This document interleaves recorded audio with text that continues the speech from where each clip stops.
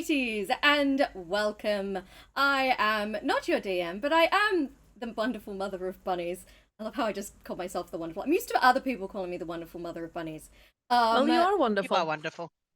Isn't she wonderful? Oh, It's your stop it. stream. You're wonderful. You're amazing. You're beautiful. Never been done before.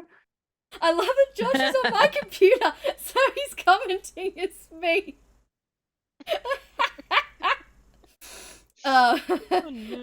Yeah, it's my hype team in chat. Yes, I am Karen, the mother of bunnies. I am one half of the team that runs Corsairs Cove, and welcome to episode number 7 of the 12 Days of Candlekeep, our festive little adventure we like to go on at this time of year.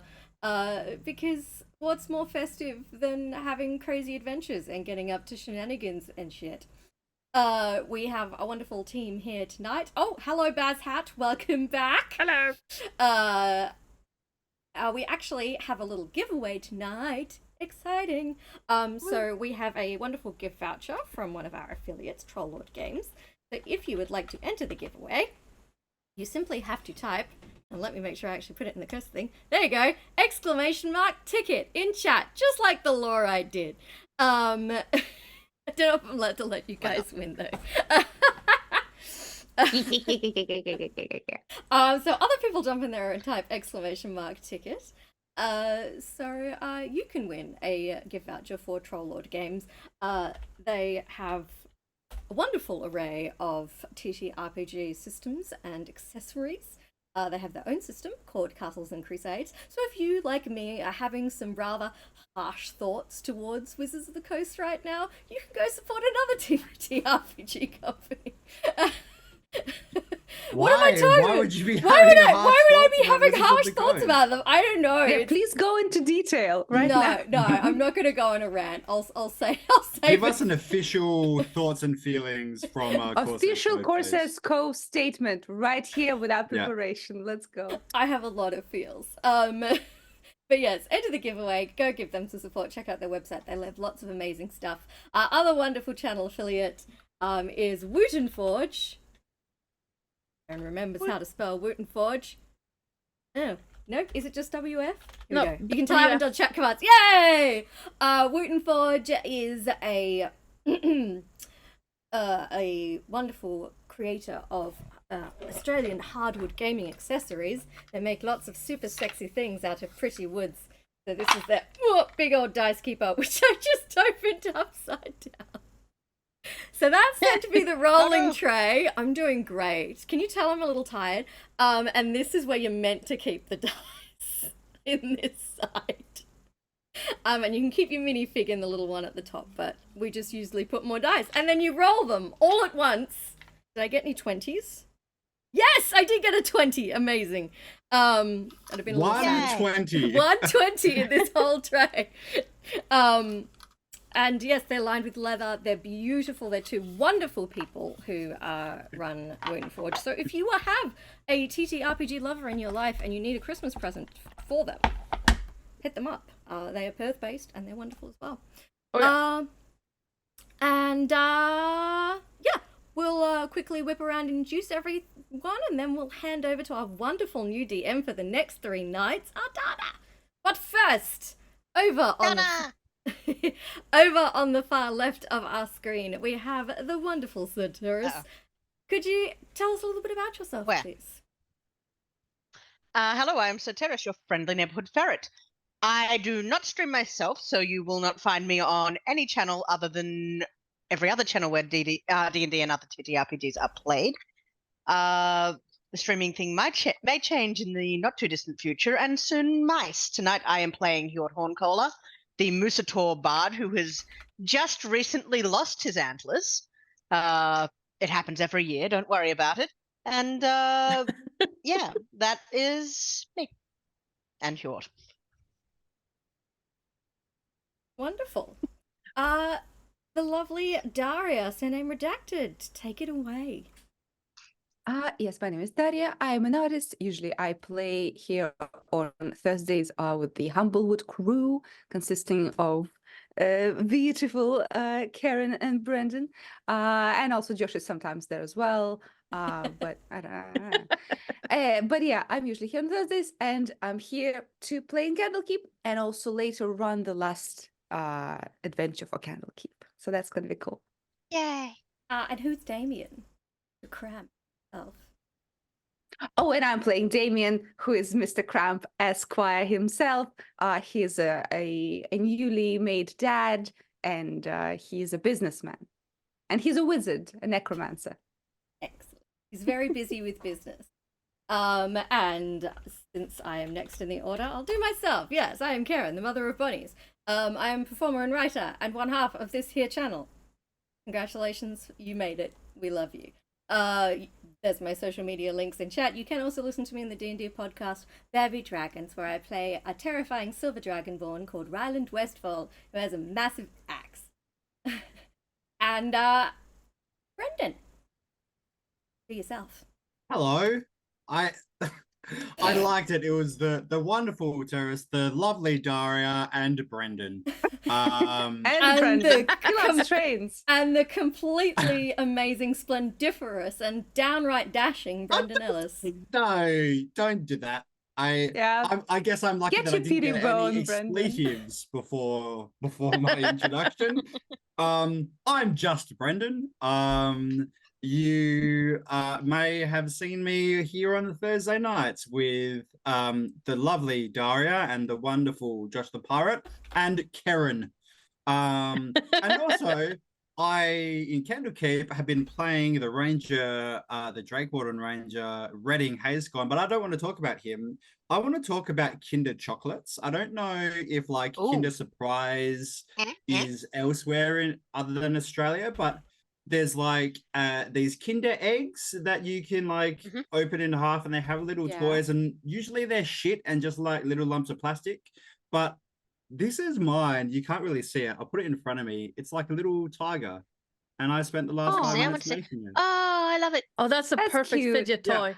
That's amazing. I love how Brendan just sponsored found by out about Kinder Surprise. Oh, there are tiny little eggs that have little toys. Well, Actually, the thing is, we had Kinder Surprise since I was a little child, but no other types of Kinder chocolates until very recently, like the last couple of years. So I don't know, like, what different types of chocolates Kinder has out in the world. So I'm being thoughtful. Thank and you very inclusive. Much. How nice of you. Actually, fun fact, because I didn't have any like D&D minis because they're difficult to find here. Most of the time when I'm DMing, the Kinder Surprise little thingamajigs is what we use. Oh, this fucking pony is a necromancer. Better watch out. You know. Okay, so there's a different kind of chocolate called the Yowie. Here? Yes, that has little Australian love the animals in it. Yowie. Yes. I have Do the they entire. still... I have the entire first season from way back when in a box, and now I'm thinking if I do a Humblewood campaign of Australian animals, I've got everyone's minis. I'd like. Can you still get Yowies? Because I feel like I haven't seen them for. I haven't seen them. I don't in know. This is a question. It's like, so wait, hold up, everybody. I gotta Google. Can you still buy Yowies? Can Yowie? And Yowie. Can I Yowie? No, if you Google that, you'll get something else. I'm getting the actual bush You do not legend of Google the Yowie. Yowie. The Yowie is basically the Australian Bigfoot. Yeah, but there's I think also like Yowie statues around the place, like made of wood.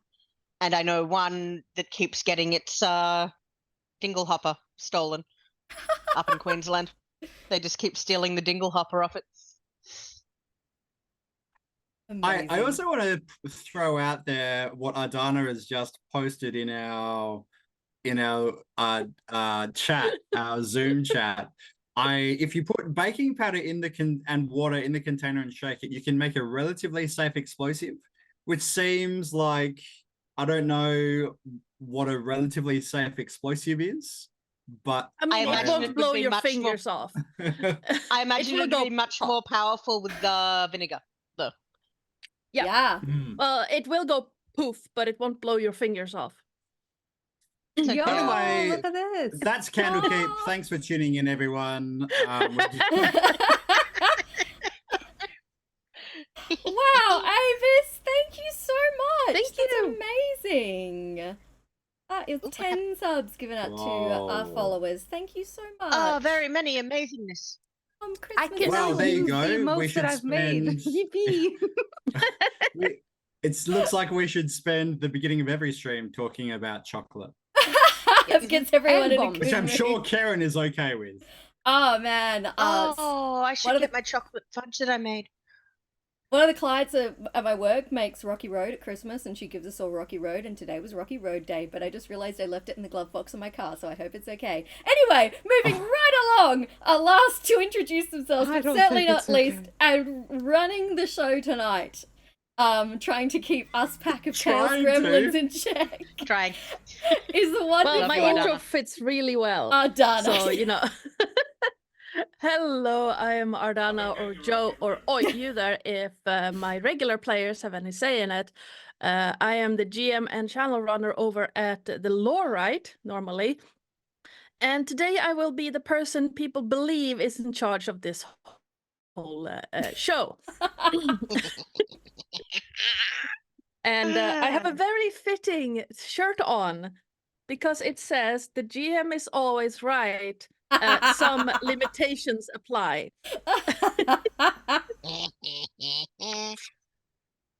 That's what happens Excellent. when it's dark in the room and you grab the first shirt you can find.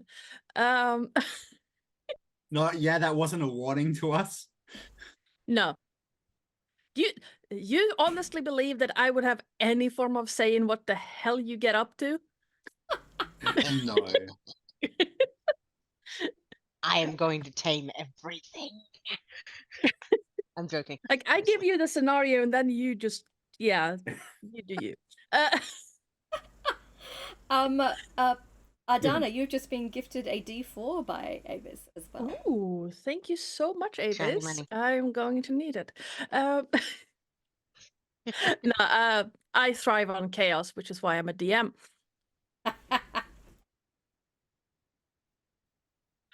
And yeah, the only reason why I don't let players in this run completely amok is because we have a time limit of 3 sessions to get through this adventure. Yes, we might have to like focus and do maybe. Yes. Okay. I'm only in this session. I don't care. I'm just going to spend the whole time hanging out with Sarah and Damien's child. No child, unfortunately, but you know, we'll figure it No out. equity? We'll talk about it. Where's equity? Have you left her somewhere unsuitable, Damien Cramp? No, listen. Let's start the game, and you figure it Yeah. out. Don't be hasty. Find out where you've hidden your adoptive child. Am I the only one here who wants to start the game on time? I think we Yes, missed That might have one. been that might have been an argument about 20 minutes ago. Yeah. We missed the window, guys. Oh, Josh is never gonna Oh. leave us alone again after this. No. We're all fired. Wait, he doesn't pay us. we love you, Josh. We do. Yes, love we you, do. It's like, you can't fire me. I am your wife. But yes, See, none of us called have that divorce. protection, you know. unfortunately, it doesn't seem like I can't hear the music. I hope the chat can. Chat, can you hear the music? It is playing. I can hear it. For some reason, it doesn't work for me. Sirenscape doesn't want to cooperate, but the link might be broken. I don't know. I can I stop think it and maybe start yes. it again. Sirenscape, one of our affiliates. We've been enjoying a long partnership with them. And their music has worked 50% of the time for me. Let's go. We're not Well, actually. chat recording can't hear anything. it. That's an issue. Okay, Yeah. chat can't hear it. Why can't monitor? Sirenscape is amazing when it works. Yes. Yeah, Yes. it's great. We just hang on. It won't let me stop the music either. What's going on here? Maybe while Karen is figuring that out, I'm just gonna refresh can this. get Do you want to started. maybe intro us in, Ardanna, to Yes, the actual yes, game we're let's meant do to be that. playing, and I'll try and work it. Yes, let's. That's not where I wanted. This is where I wanted to go. So, if everyone is as comfortable as we are going to get, let's get started. The soft glow of a strange form of aurora is slowly covering the protective dome over the Candlekeep. All of you, as avowed or working with the avow, are aware of the protections the Candlekeep have when it comes to intruders, accidents, or vandalism. And it seems like a nice thing for the senior staff of this most famous library to put up, because the Candlekeep is so far south that normally it's so too far south for the Aurora Borealis and too far north for the Aurora Australis to be shown naturally. Unfortunately, though, the festive mood does not extend beyond the Emerald Door, where the four of you find yourselves next to a very concerned young tiefling scribe, stepping back and forth in place, holding a large black book in his hands. The poor scribe seems to be a combination of cold and frightened, as some of his colleagues are circling the area around a dwarf custodian of the inner sanctum of Candlekeep. The dwarf, unfortunately, was found dead on the grounds, carrying the book in the young tiefling's arms. And as he turns around to speak with you, the whole ground shakes in an earthquake. And I need everyone to please roll me a dexterity saving throw. Alright. Starting with a bang. 23. 21. Dexterity saving. 23. Look at us. 13? Never mind. As the area around shake and shudder, and you see the flagstone tiles of the paths leading through this inner sanctum crack and shatter around you. Holly, you and the young tiefling scribe lose your footing and land unceremoniously on the broken ground. Oh, are you okay? Oh, I think so. A bird flies out of her hair and is is cheeping indignantly as it departs. Sorry, but you weren't paying rent or anything. Yeah, you had the authority to kick him out whenever you wanted. Like, if you weren't getting an income from him, then by all means, like, why wouldn't you just, like, it doesn't matter what time of year it is. You've got We live bills in a to pay, capitalistic society. Yeah. Yeah. Good idea, Holly. You can be a businessman just like me. Yeah, maybe Let's talk I will. later about negative gearing. Can I negatively gear the birds in my hair?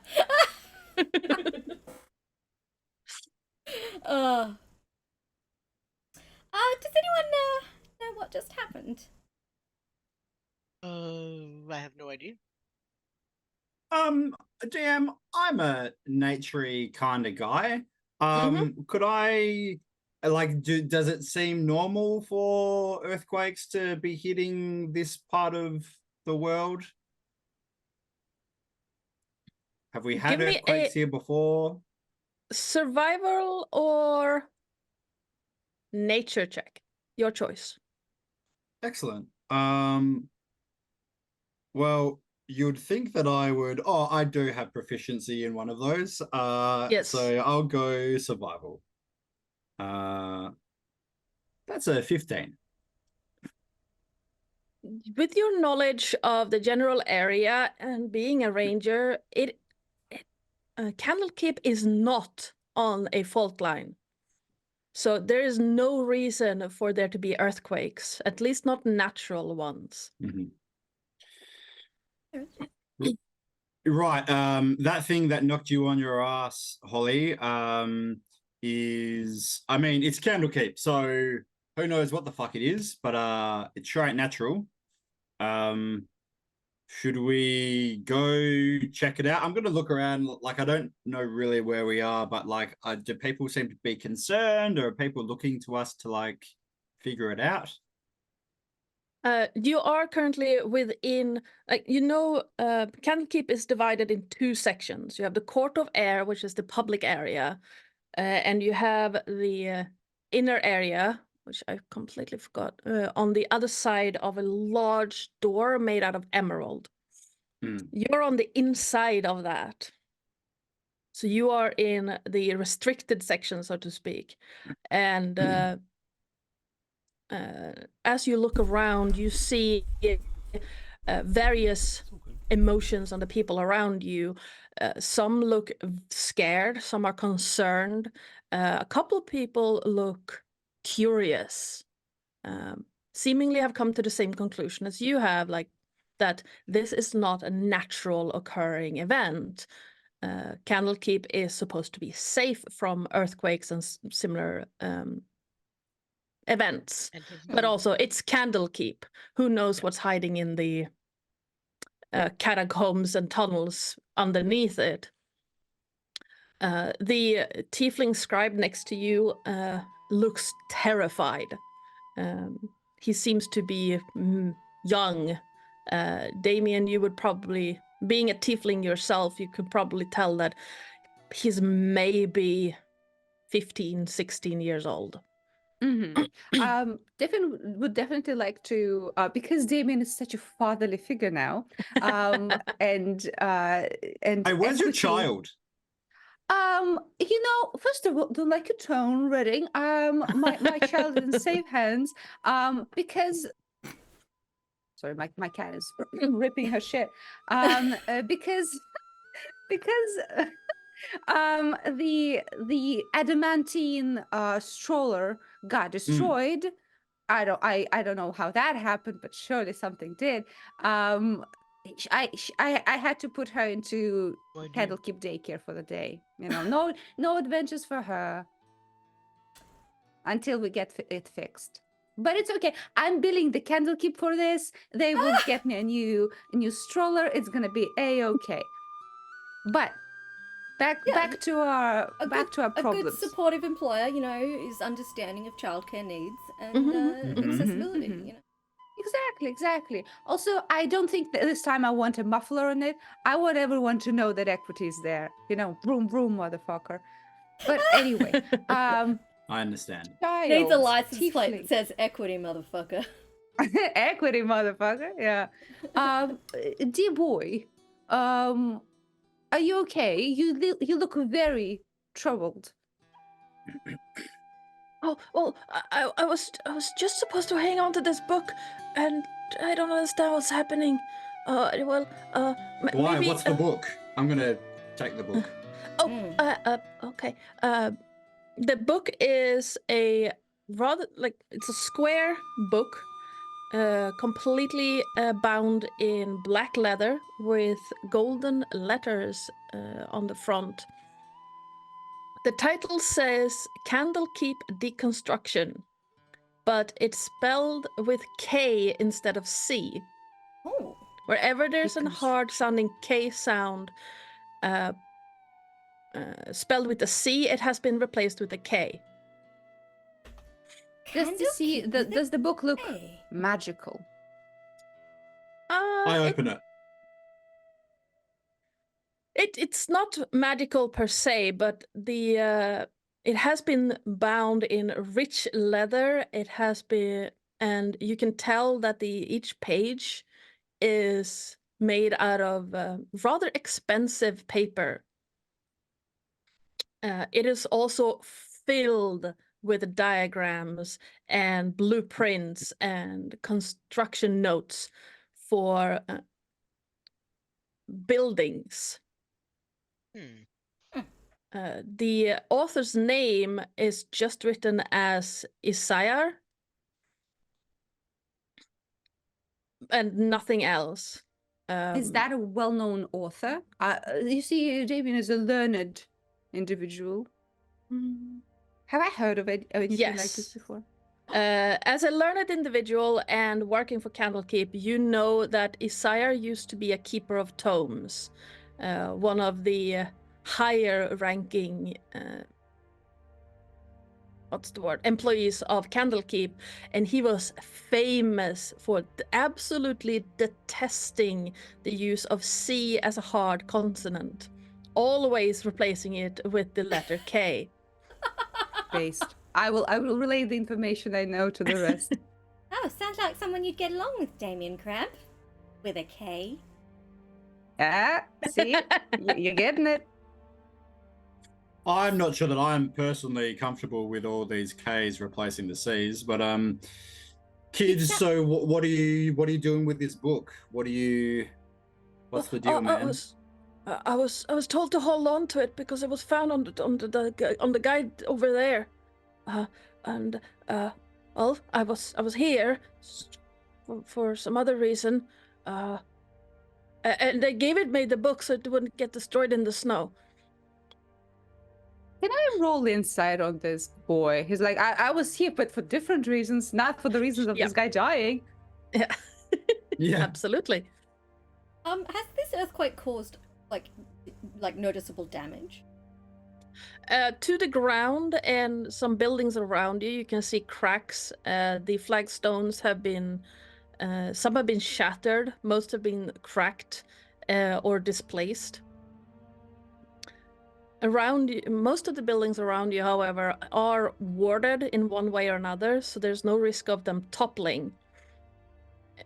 What's your, it would be an investigation or perception check. Better at perception. can I make that as well? Yeah, absolutely. Anyone who Plus wants to do 9 that. to perception, and I get a 12. I'm clearly a little shook up. Shooketh. Oh, wow. Yeah, anyone who wants can make that. Sorry, I've got you, babe. Thanks, Redding. Ooh. Nice one, with the- Redding. With a 15 on that insight check, Damien, you can tell that the kid is terrified of what just happened.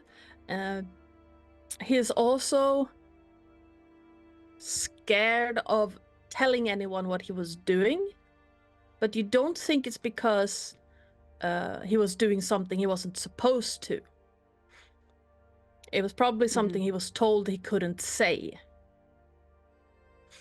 Okay, I don't know if any of us are charismatic people, but Damien will kind I'll of give it a shot. catch. Yeah, he'll catch the eye of everyone else, like. Yeah, I'm super wise, but not very charismatic. I'm pretty charismatic. I'm a bard. Oh, hey, yeah. Hjort, Fuck 'em talk to this young chiefling. Yeah. Just gently extract the information we require. Yeah, he's going to put a big.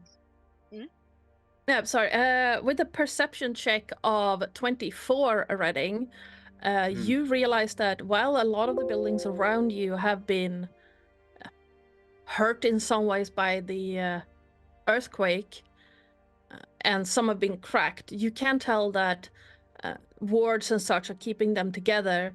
What you do realize, though, is a little bit further away, still within the zone of where this quake would have hit, there is one building that has not been touched at all by the damage. And as you look around, because 24 is such a high roll, you also see that the damage on the flagstone seemed to radiate from this building. Right, that's what I was going to ask about. Okay. Yeah. I will keep that observation at the moment because conversation's kind of happening simultaneously, so Hjort can have this chat. Absolutely. Hjort. Yeah, Hjort's just going to sort of lean in, put a big hand on this little tiefling's shoulder, and just say, Son, it may be important what you were doing while you were out here. We're all from the Candlekeep. Oh, It's well, I'm not really supposed to be in here, but I was sent on an I'm sorry. I was sent on to retrieve a book for the binders, and oh well. I know as a junior avowed, I'm not really supposed to be in here, so it's. I can't tell you Well- which book though. I'm not allowed to tell you which book. Oh, and It's- why's that? Well, the first binder it told me that well, they told me that it would be a little bit embarrassing. Oh well, circumstances have changed, and I'm very discreet. Well, it's a book on well, it's a book on tantric magic.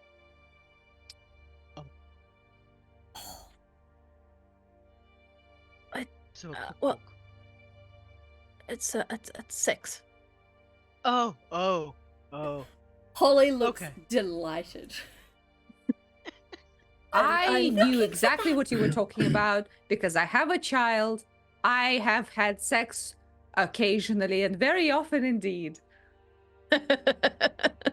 Shut up, nerd. was- Do you guys see? Did you find the book? The tantric book? I didn't get that far before they stopped me and told me to hold on to this book. It's supposed to be further in though. Who stopped you?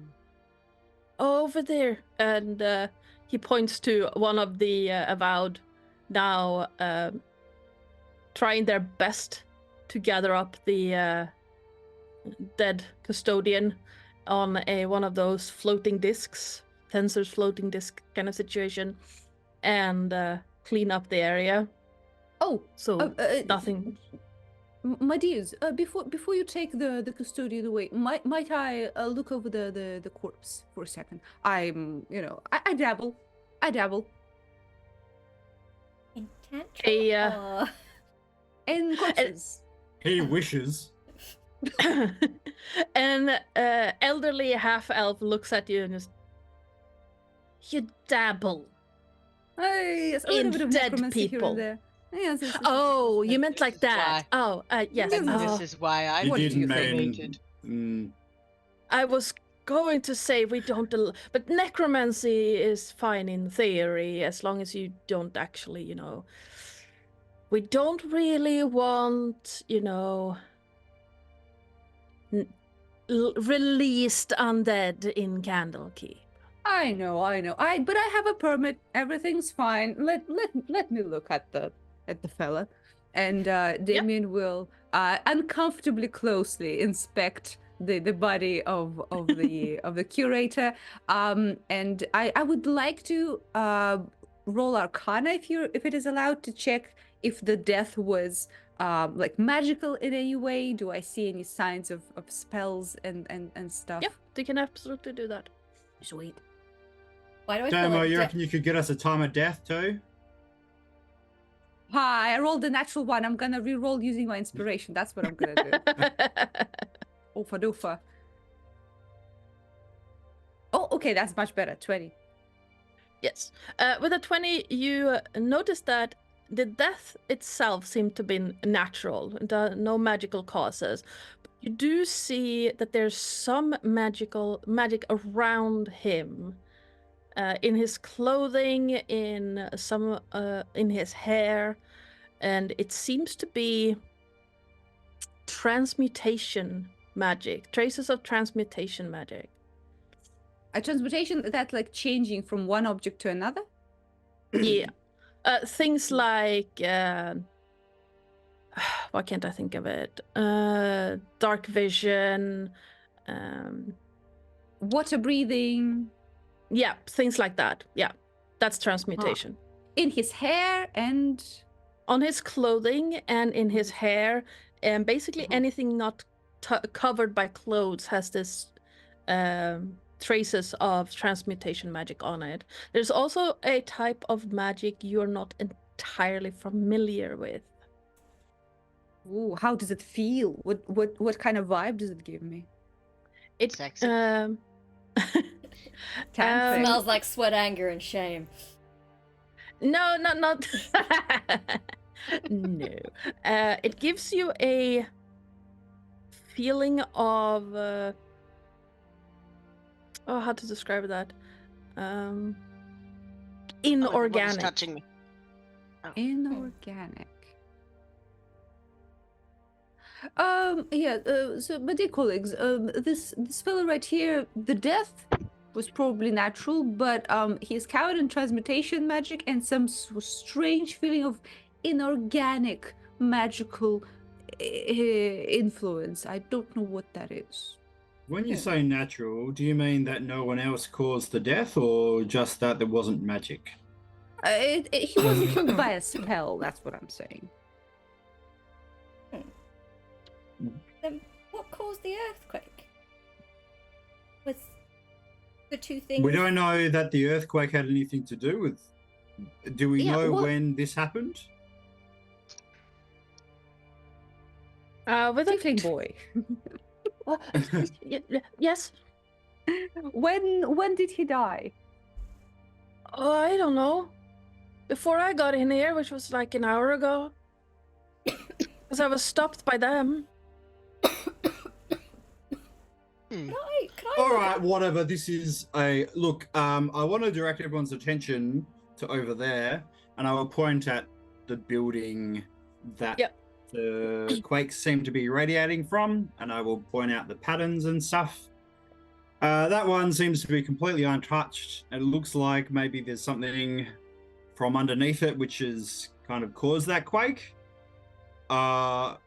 What I want to know is, what are we supposed to do? Are we supposed to be trying to figure out what killed this bloke, or are we trying to figure out what's causing the quakes? The quakes are probably a bit more immediate, I reckon. Yes. Yeah. Could I possibly examine that book, the Candlekeep with a K? But Oh yeah, I'll toss it to her.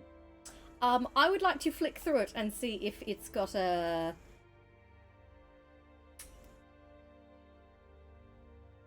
like a blueprint of the building that's not damaged.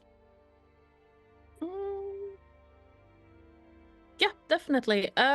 Give me an investigation check. Can I give advantage to assist, as I was kind of flicking through it as well? Yeah, absolutely.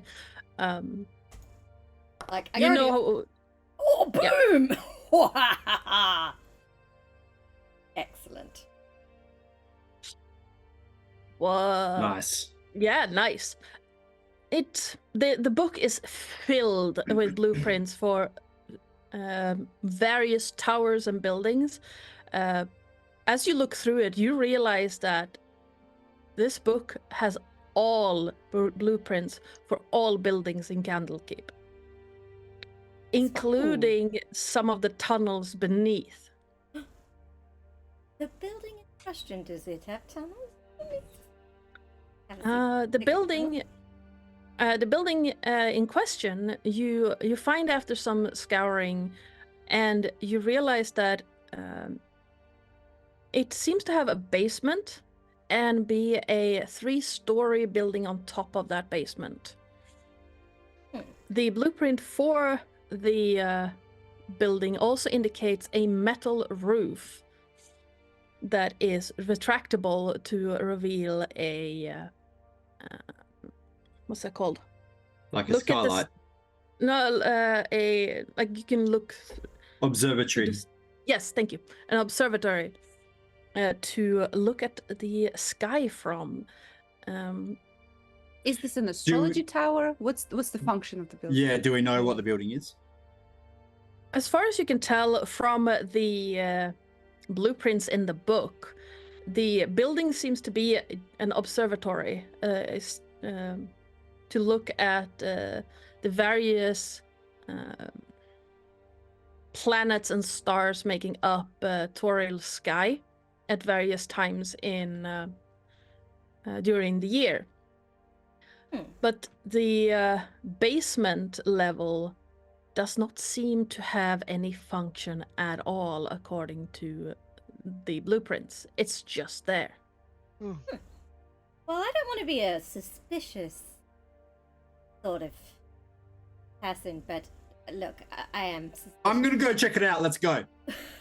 Okay. There's a basement! Reading! There's a... Yeah. Oh. Yeah. It's a basement! The elderly half-elf just looks at you and says, well, if I can trust you, since you're already going with that, I will take this poor unfortunate employee. I don't even know his name, so we're gonna have to find that out first. We're gonna take him over to the healers and see what we can do. I think that's not You're fair. having forgotten about discretion entirely. It's just going to go, oh, and don't forget to let the little fellow go get his sex book. You beat me to Report. it. Yeah, don't forget the tantric sex book. I would like to borrow the tantric sex book. The Oh, you poor probably wanna clean it tiefling boy, being a pale blue normally, is now a deep purple. As he scurries after the leaving avowed. You can probably tell that he is on his way to the binders and telling them that they can go and get their own sex book because he doesn't want to have anything to do with it. Amazing. I'm sorry, you're a I w- dickhead. I will follow Reading towards the tower. Hjort will follow Holly towards the tower. As you reach the tower, you notice that the ground is more and more broken up by the effects of the quake. The flagstones have turned into not gravel, but like many different broken stones everywhere, making it hard to move around. It's not really difficult terrain, but very close to. Reading being a ranger is probably not bothered by it at all. Yeah. And in fact, when he's on his way, he will get out the stone egg, and it will grow black scales. And Sarah will leap out of it and grow to a medium size. And this time she's a black dragon, and she has her horns are kind of forward facing. And Nice. Redding's scar is now less of a scar and more like black veins in a Ooh, patch. nice. Hi, Sarah. She rubs up to Hjort's leg and then realizes she's supposed to be scary and then goes back to what she's doing. Aw, cute. Cute. As you approach the tower itself, you see there's nothing really special about it. If it wasn't for the fact that it seems to be completely undamaged by the quake, there would be nothing suspicious about it at all. The tower is a 3-story stone tower topped with a roof of metal shingles painted red, matching the description from the book. There is a single opening to this tower. There are no visible windows from where you're standing, and the door is closed, and across it hangs a wooden sign that says, "Danger, no trespassing."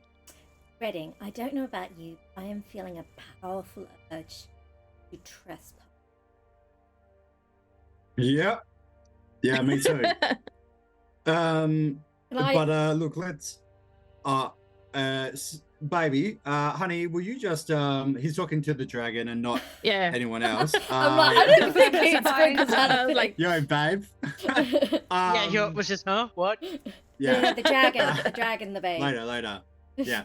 Can you go and have a look and see if the roof is open and if you can see anything through there, please? And she goes and flies up.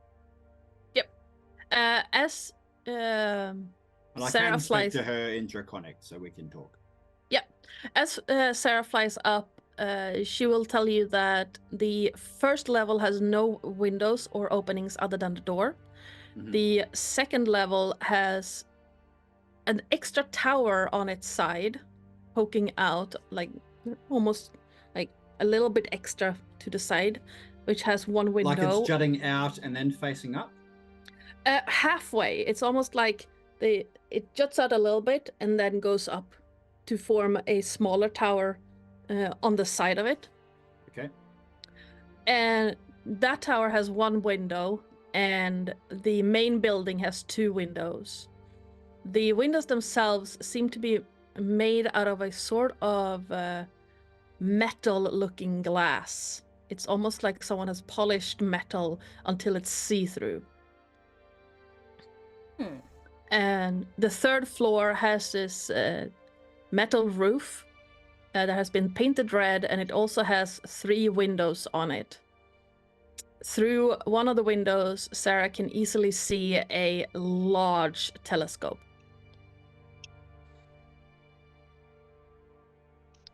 Other than that, the Is the it's roof hard- open to accommodate that telescope? no, Or it's the roof closed? itself is closed. It's hard to see through the windows because they seem to be like reflective of the outside.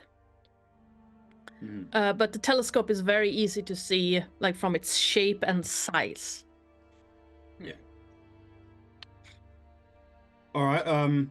She says there's a bunch of windows, but they all look pretty dense, and nothing can be seen through them. So maybe the door's the best way to go. I jiggle the handle of the door to see if it's unlocked. Yeah, absolutely. It's locked, and you get a like a static tingle running through your hand when you Ooh. touch the door handle. Can I do a little Arcana checkaroo on that door then? Absolutely. I am proficient with thieves' tools, by the way. Nice. Good to know. Good to know. Nice, nice. I am not, so excellent to know. 21 on that Arcana. You realize that it has been locked with magic. Ah, Oh, I can't do anything. Actually, this I door is can. magically locked. If anyone's got a handy dandy thing for that. I do, Anyone but good I'm with not sure doors? if the candle. Well, I do have something, but I'm not sure the Candlekeep would be particularly happy with me if I were to use it. Dare I can dispel magic. Oh. Red looks down around at all the cracks running across the court and looks back up at you and says, I reckon they'll give you a pass this time, mate. Okay. He will cast dispel magic. Do I need to roll something to dispel this?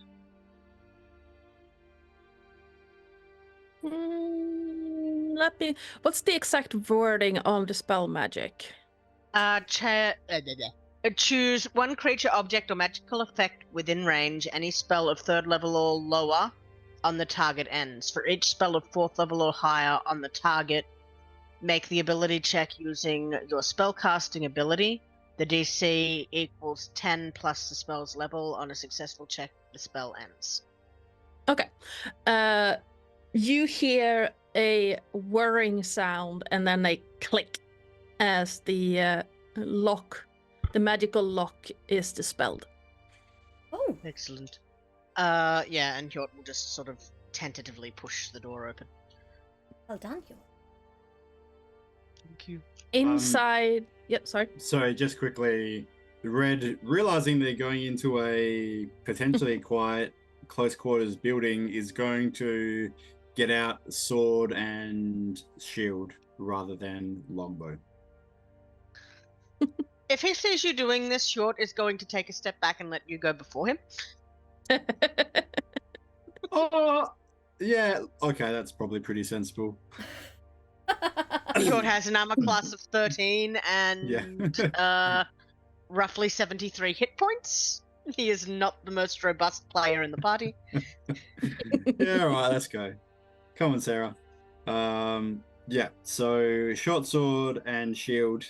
Redding is gonna go in first, keeping in mind he's gonna when the door kind of opens, does it look dark?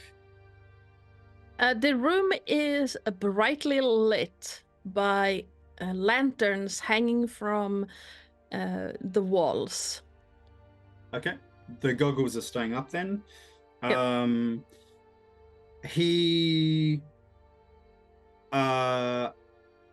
I'm gonna try to be a bit sneaky. If anyone else sneaky wants to join in, you can. Otherwise, maybe give us a few feet. Oh, I can actually sneak. I've got a +6 to stealth. Ooh. What? Anyone who wants, you can roll a stealth check to sneak in. Yes. Yes. I think I'm gonna sneak, but I will give them a few paces so that. You know. Absolutely. Oh, nice checks. What the fuck, Redding? Yeah. Yeah, Hjort is. I knew I should have cast Pass without trace. Well, Hjort is very take it in this sneaky character. when he doesn't have antlers. Redding is so cool and stealthy that Damien is a bit distracted by the coolness and kind of bonks his head into the wall. Yes, let me. I'm gonna check. Do I need to something roll a stealth quick. check for Sarah as well? Is she sneaking in with you? Yeah. Yeah. Then you would. Okay.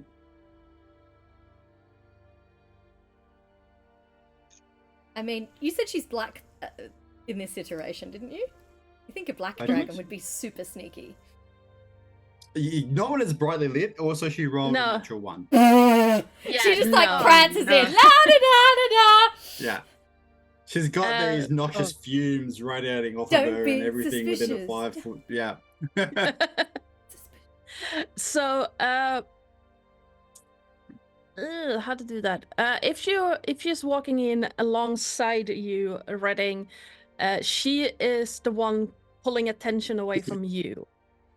So as you step into this room, the ceiling is about 10 feet tall, or the room is 10 feet tall, and the room is completely circular. On the opposite end from the door is a winding staircase leading up to the upper floors, and it is aligned with bookshelves. The bookshelves themselves have doors on it with glass panes, and all of them seem to be locked. Also facing the door you are entering through is a desk with a chair that has... Well, you can't see that from where you're at right now, but the floor is immaculately clean. Not even a speck of dust.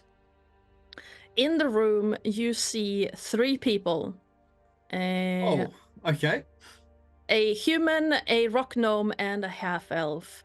All of them are dressed similarly to the dwarf that was found outside, and all of them seem to be in various states of not being unkempt per se, like they look clean and washed, but you can clearly tell that they probably haven't been to a groomers for a while. Also in the room, you see various murals of humanoids with animal heads. Chickens, cows, horses, some ducks, just various. The 3 in the room immediately turn around to look at Sarah, and Redding, you can tell that they were not expecting anyone to enter, but they you can tell that they turn immediately hostile. Oh, shit. So they look like they're getting weapons out and are about to charge Sarah. Yeah, they are all three of them pick up their brooms and like the cleaning utensils as if they're weapons and are about to charge at Sarah. Yeah. Hey! It's all right. It's fine. She's with me. It's okay. And I step out from whatever shadow I was hiding in. Yeah, the rock gnome. Which one is that? There we go. Okay.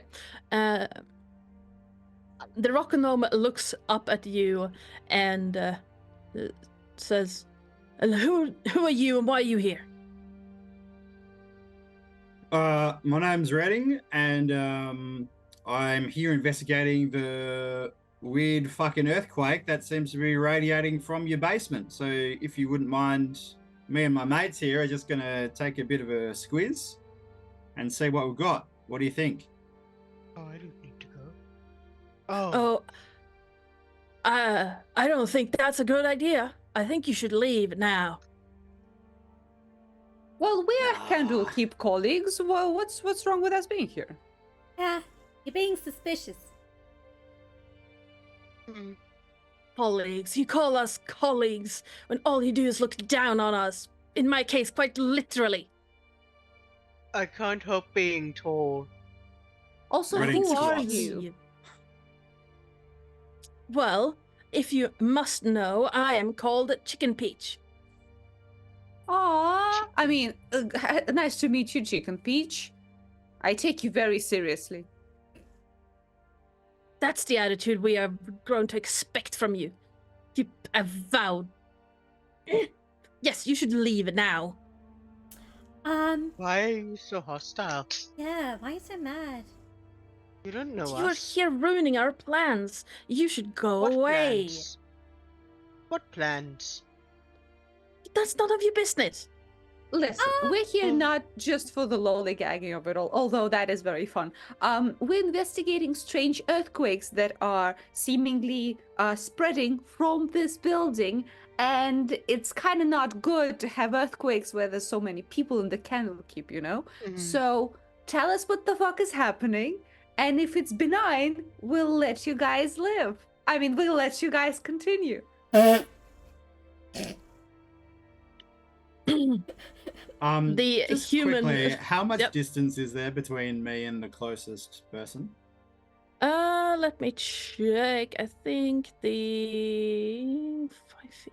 So I'd say you are 10 feet away from the closest person. Okay. The human, hearing that that whole "we'll let you live" a bit, grasps his broom harder. Is it?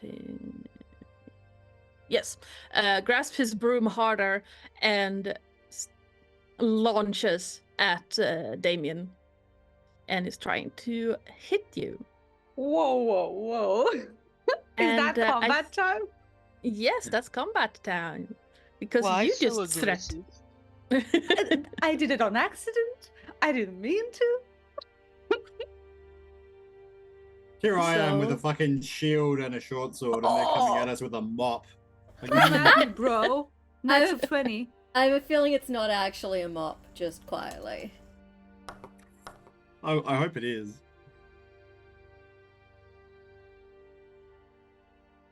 I got a 10, so that worked out well for me. I got a 9. I just yeeted my dice on the floor. Base. They're metal dice too, so I kind of have to find them. I'm sure you'll find them eventually. Yeah, with my feet. Yeah. Or the cat decides to eat them. I'd So like to see that. That's not good. Yeah, I did lose a That- dice once and was worried that the dog had eaten it. And I don't think she hadn't, but that for a long time I assumed. okay, I have a set of thorn dice. I have stepped on them before. Damien. Four. That broom idiot better get ready, because I have 22 in initiative. Yeah. Damien's got this, everyone. Damien has this one. So the room Right, I'll let itself. you be in melee, and I'll just step back so I can get my longbow out. So the room itself is, let me check, and 1, 2, 3, 4, 5, 6, 30 feet in diameter. It's a circular room, and the back of it is taken up by a staircase lined with bookshelves. So the area you have to move in effectively is about 25 feet in diameter. Now these three have spread out, so let me call this. Who now? The what now? Yeah, You the just said cultists. Cultists? Yes. Well, now Uh, I'm not worried about killing them. I mean, when you believe in anything hard enough, who isn't a Holly. cultist, really? Does that make me a Reading. Vegemite cultist? Yeah. And a Sarah, pervert. Absolutely. Sarah acts on your initiative, right? And Reading? Yes, she does. Okay. And yeah, this human, burly-looking thing with that. Let me double check what is their name. Is lunging at you, Damien, with a broom held high. As he gets closer, you get a very heavy scent of wet wool. Is he wearing any wool? No. No. But his hair is matted, and you can tell that's probably been tried to be brushed at some point. But he would benefit from a pair of shears. And just to check, these people are not wearing Candlekeep regalia. They look like the janitor staff. Ah, okay. Well, in But they Damien's are eyes, wearing, those like, are not people, Candlekeep. so we can kill them. So, what the radius between them? How far are they from each other? The furthest would be the half-elf and the human are the furthest away from each other, with 15 feet between them. The rock gnome is close to the half-elf, with only 5 feet between them. So they are like almost like a right angle triangle like this. So Okay. the human is up, like furthest up. Okay. You know what? Damien feels a sense of probably undeserved superiority. So he will cast Armor of Agathis on himself and do the Okay. classic stop hitting yourself type of thing whenever the guy actually comes over. So I'm Yep. gonna cast it on myself. And how close is he to me? I'd say at this point he is. Well, he's running up to you, and the distance wasn't that far, so he's been within 5 feet of you. Then I will not move. I'll just stand there, and if he attacks me, they attacked us first. I didn't do anything. Fair enough. That works. Hjort. Yes. So the closest one has just attacked.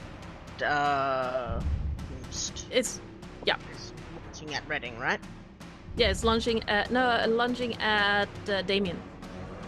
Damien, right? Lunging at Damien. I'll save that for later. He is just going to. Yeah, he's just going to. I think viciously mock this person. Good start. Good start. And they're carrying a broom or a mop. You said. Yeah, a broom. Yeah.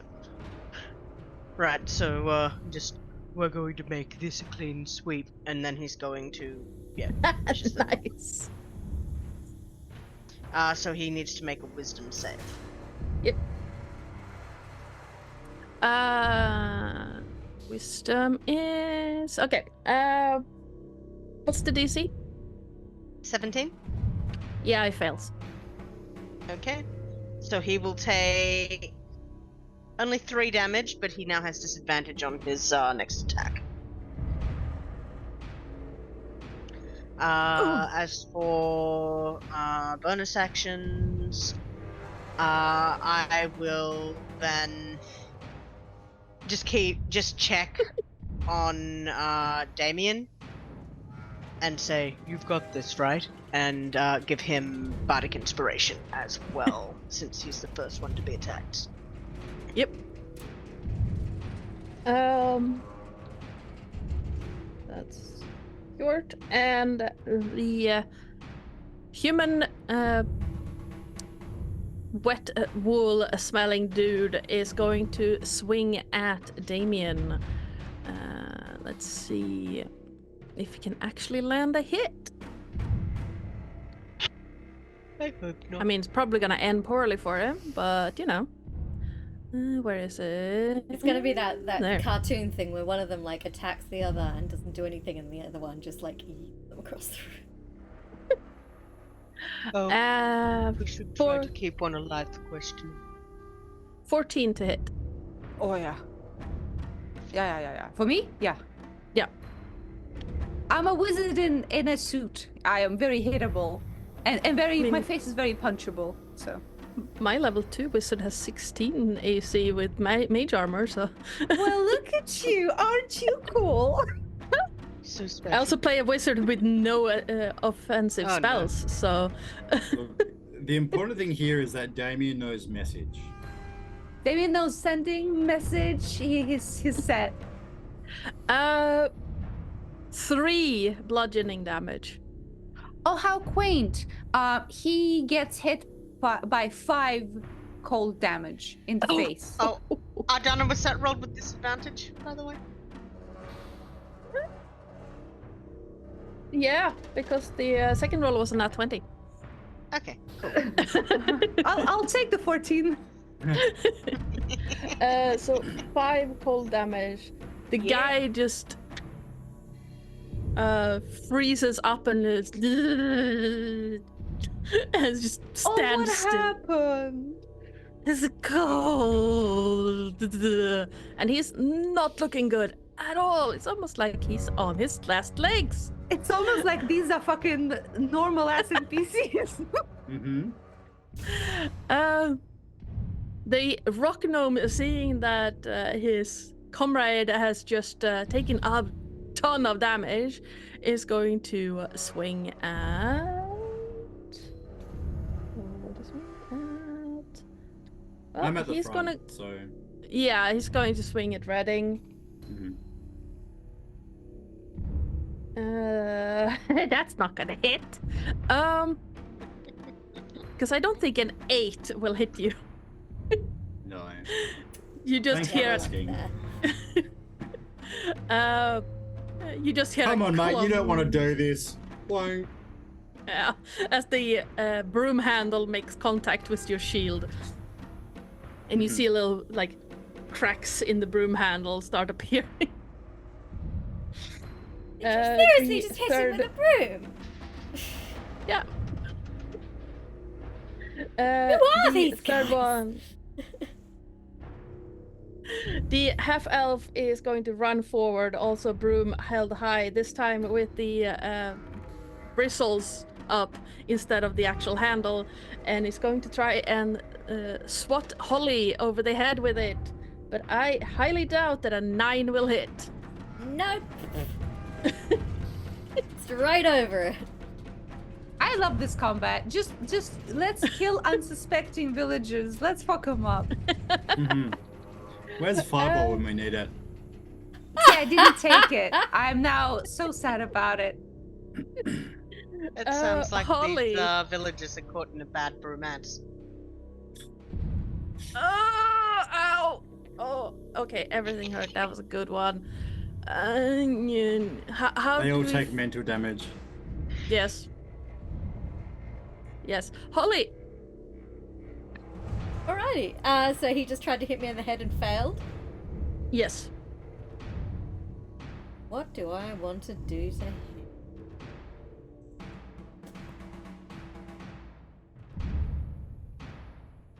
What do I want to do to him?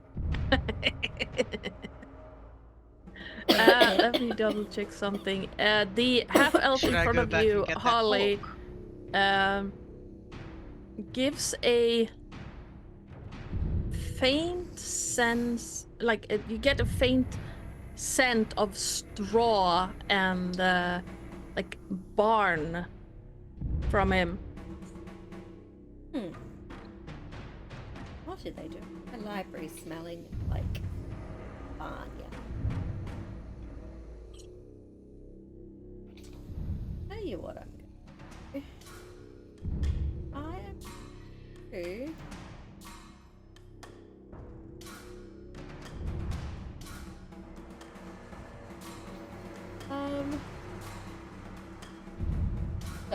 Sorry. Thinking too hard about this, I suspect, at this point.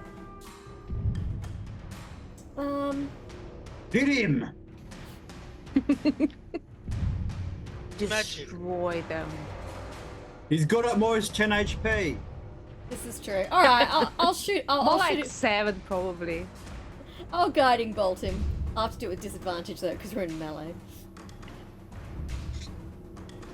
Sure thing. I don't really have any melee shit. It's not Use Holy a cantrip. None of them are attack. I don't have attack cantrips. Oh, wow. Sorry. Yeah, I'm not optimized for hand-to-hand combat unless I'm in a wild shape. Oh Jesus. 8, 9, 10, 11, 12, 13. 13 to hit. Yeah, that's gonna hit. Oh wow. Okay. Cool. They're I like might be rogues, about to right? kill this guy. 16 points of damage. Yeah. Uh-huh. That's it, yes. Are we specifying that we're not being like mortally fucking killing them, or I are don't we know if just you could raw dogging that non-lethally. shit out of these NPCs? You can't cast non-lethal spells. Yeah, I'm just like, you can't do it on lethal guiding bolt. Oh, that's The awkward. good thing is that now we have advantage on attacks against the corpse. Yeah, Yeah. let's fuck them up. The what just does your guiding bolt look like? Ooh. It looks almost like a frozen comet. An icy comet. Yeah. As it strikes this half elf, it seems to freeze him in place, and he just topples over. Oh! Oops. Surrender! Or die! No, what? No, surrender. Yeah, surrender. We need information, Redding. Stop being so bloodthirsty. No, die! Oh, that's what you mean. Yeah, just surrender. Holly, please give me a persuasion or intimidation check, because you just evaporated, guy. Well, I'm much more persuasive than I am intimidating, so let's go with persuasion. Oh no! I just crit failed.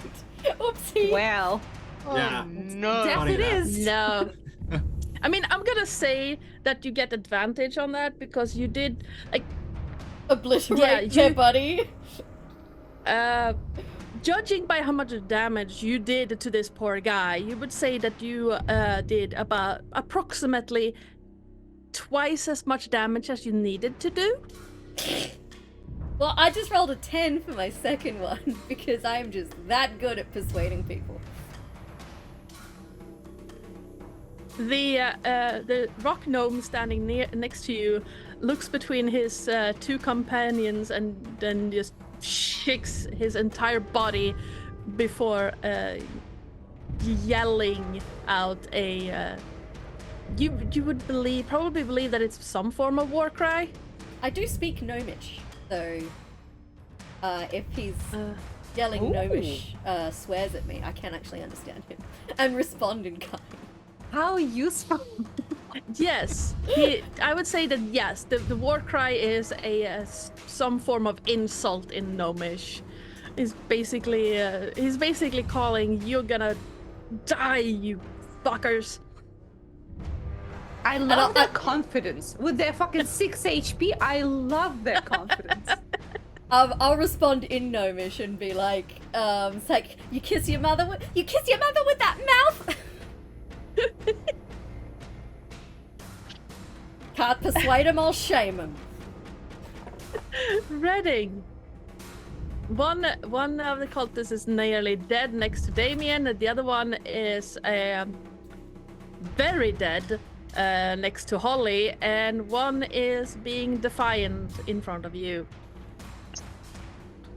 By all the gods, I'm going to non-lethally attack the one next to me with my short sword.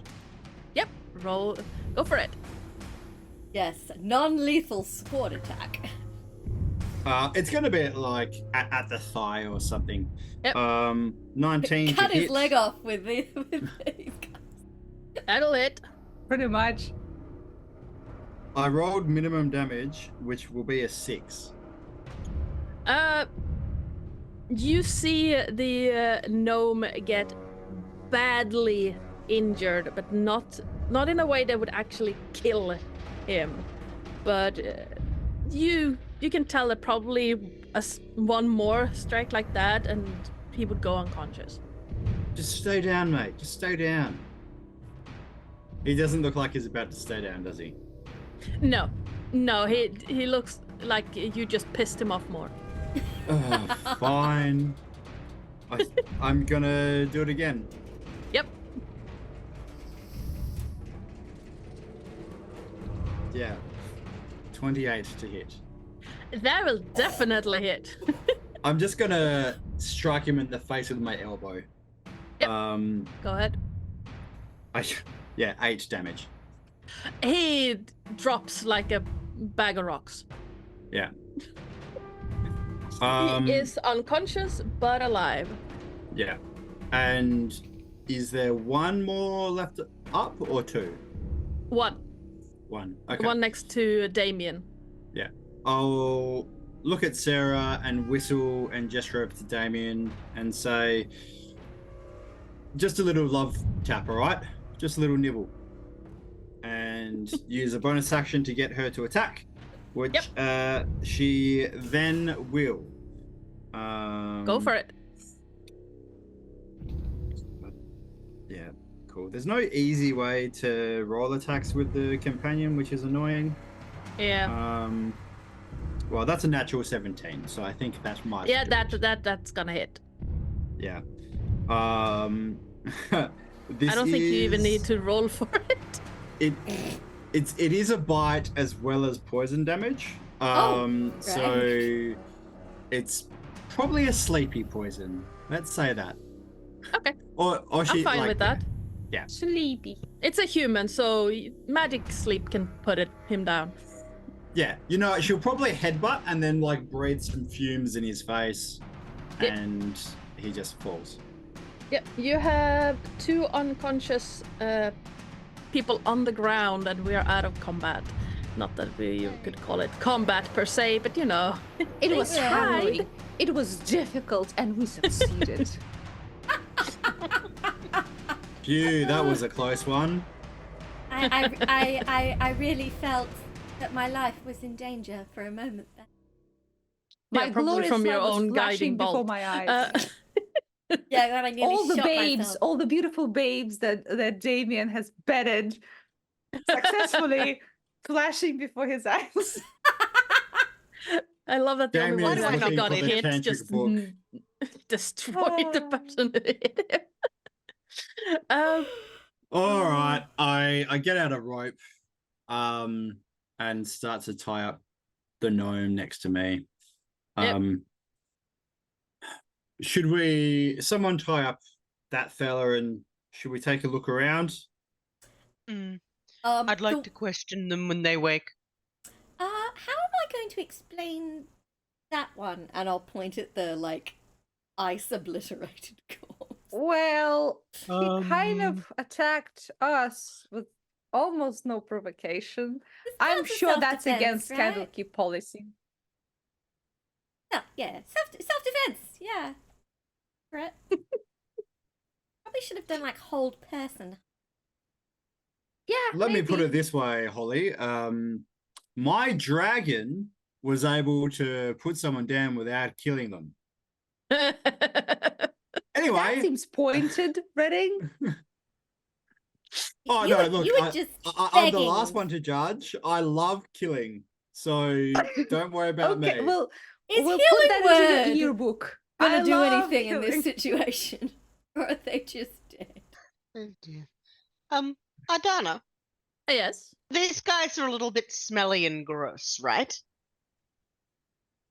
Yeah, they look clean, but there's a distinct scent or smell of barn animal around them.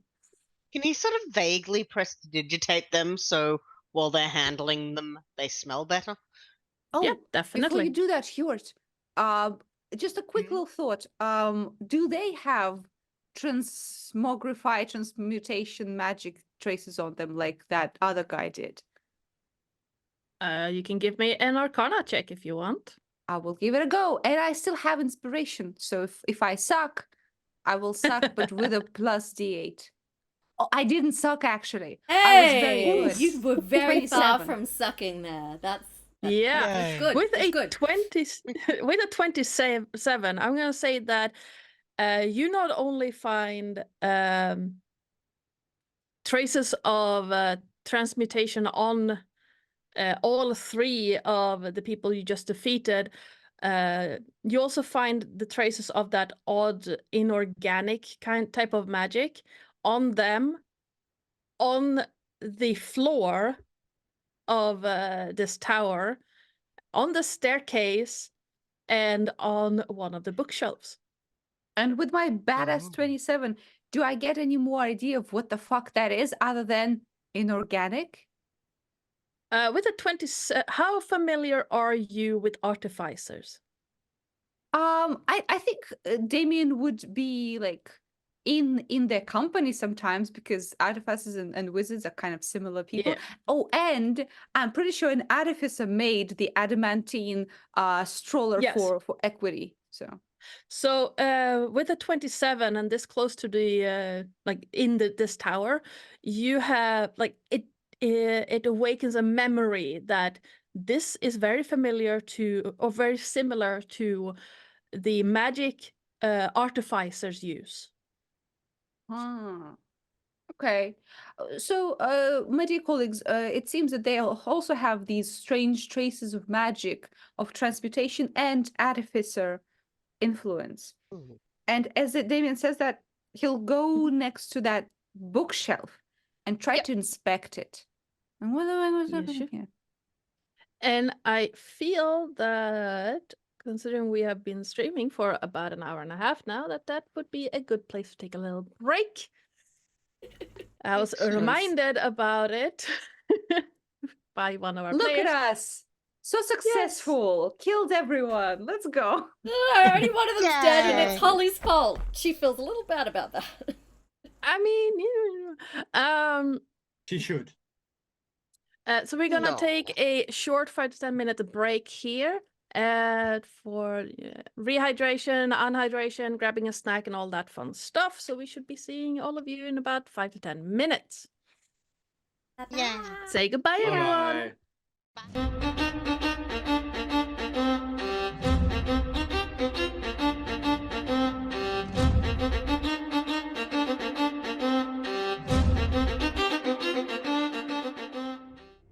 Hello, everyone. Welcome on back. I hope everyone had a great break, got something to eat, something to drink, unhydrated, rehydrated, all that good stuff. We are back in with all of these lovely people. And And thank Brendan. you, Bassett. You're not going to let Karen live that one down, are you? Hell no. This stream is built on pettiness, and I love that. I Yeah. mean, Yeah. Josh still remembers 2 years later how I called him a potato head once, and he will not let it go until he's old and gray. Yeah, yeah. Well, Amazing. you have one very dead custodian of Candlekeep, 2 tied up and knocked out custodians of Candlekeep, and a tower where you're at. Can I investigate the body of this guy I just killed? Yeah, absolutely. Give Yeah, me look an for his license that says is evil. Or Yes. like a It's family okay to photo with kill. 3 children. Yeah, he's gonna have a picture of him Yeah. with his wife and his little children. Oh, dirty 20! Nice. His outfit looks like the general janitorial staff like uniform that you've seen many times before. The janitorial staff is everywhere in Candlekeep. Much like janitors are. However, this one is this outfit has been or uniform has been altered slightly to look more like no, it's made out of tougher materials. Oh. Instead of the regular linen outfits that you're not used to seeing, you realize that the bottom part or the trousers are made out of leather instead of linen. The shirt itself is also made of linen, but tougher. It's been woven in a tougher manner. Can I inspect that bookshelf that we stopped on last time? Yes, absolutely. You don't find anything on the person per se. They look like they've you find a little bit of dried fruit in one pocket, but mostly it's just lint. Yes, if you want, you can give me a, what does it say? An investigation or perception check for the bookshelf. I shall investigate. Yep. I'm pretty bad at both, but at least one of them is a +1, so that's something. Oh, I just realized that apparently I'm good at persuasion. I have a +5 in it. Why weren't you telling Okay. him to stand down? I don't know. I assume that Damien is a smelly, stinky little incel, so he can't talk to people. But apparently he can. I have a Investigate. +13 to persuasion. Oh, that's I just good. realized Okay. that Damien is the epitome of I could be your angel or your devil. Yeah, that's pretty Yeah. much it. I'm Yeah. gonna use my bardic inspiration. It's a D8, right? Yeah, it Yep. should be. I say Oh. yeah because that's Jenny's, so it should be. 15. With a. It was on Tuesday. Yeah. Yeah. It's good enough for Tuesday, it's good enough for Thursday. As you look through, look over the bookshelves, you realize that all of these books belong in the Candlekeep, but they're just boring dissertations, most of them, and they don't really belong in the in this part of Candlekeep. They would more likely belong in the Pillars of Pedagogy in the public section. So it's a bit strange to see books that are this common and unremarkable in a tower in the restricted section. Almost There as are- if this whole bookshelf is like a front for something. Almost. You do find a couple of books that look more interesting, but all of them you would still find in the Pillars of Pedagogy. There's They're nothing. Pretty mundane. Yeah, they're mundane. I mean, there are first edition of a mundane treatise. So Mhm. DM, can you please remind me Are there any other doors in this room, or the stairs to the rest of the tower up? Are there? Yeah, behind the bookshelf, it's almost like the bookshelf is part of the staircase, like the supports of the staircase. The staircase leading up is a circular type on the outside of the room itself, like on the side. So leading up. We know there's a basement as well. Is there stairs down in this room? Not that you can see. However, with a 15 check, Damien, you do notice that, like, looking over the books, there's one bookshelf that seems odd. All the other bookshelves are behind glass doors. This one is not. And the books look very, very... what's the word I'm looking for? Sus. Worn out. Like they are similar, like identical height, They're identical glued weight. together. Yeah. I see Yeah. where this is going. They're not glued together, but like it gives off that feeling, like they are. Oddly They are. uniform. Thank you. That's the one I was looking for. Oddly uniform. Wordsmith. Can I try to jig it a little bit? Can I try to push it a little bit? See if it's actually a false little door or something. Yeah, absolutely. Go ahead. Yes, Jort? While this is happening, someone had said that the people seem to be affected by two different types of magic, right? Yeah, transmutation and the type of arcane use a artificer would use. Can Hjort make contact with one of them and ritually cast Identify to determine what spells may be affecting them? See, does Identify do that? Yep. Yeah, then yes, absolutely. It does take 10 minutes though. Yeah. Yes. That's why I said I would ritual cast it. So Yep. you know, take the 10 Absolutely. minutes. Because we're waiting. We want to interrogate these people anyway. I would imagine. Sure. So Holly and Redding, while Damien is jiggly pokely the bookshelf and Hjort is doing his rituals to identify whatever magic is being used on these people, what are you doing? What does the floor look like? Let me get that. It is remarkably clean. The floor itself is made out of it's a stone floor, so it's very similar to the flagstones outside, but you cannot see a single speck of dust on it. Huh. Can I do an Arcana check on this floor? Yeah, absolutely. I don't trust anything that clean. 25! Once again, you feel or you sense that transmutation trace, but it seems to be coming from underneath the floor, not the floor itself. The floor, the cleanliness of the floor is not magical in nature.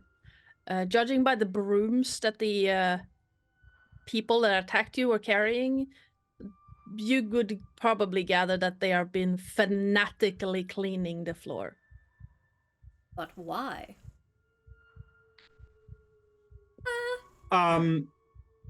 Is the glass covering most of these bookshelves, is it the same type of glass from the windows on the upper levels of the tower? As far as you can tell, no. This looks like regular glass. Regular glass planes. Okay. Well, I'm interested in what Damien is doing with the bookshelf, so there isn't really anything else for me to do here other than waiting to see if we can find another room or staircase or something. Yep. Damien. Yes. As you're poking around I just got distracted by the cat. Now let's see. What does it say? There we go. As you're poking around in this bookshelf, it feels like most of the books, you can tell that they are proper books. Some of them are just like boxes containing books, but the boxes are made to look uniform, which looks odd. And then after some, about 5 minutes of poking and prodding, you come across a book that doesn't budge. As no matter how much you poke it or pull it, it doesn't move. I pointed out to Redding, who's next to me, like, this one doesn't move. Yeah, okay. I don't know why we're fucking around. Can I pull it or lever it or anything? I would try pulling and pushing.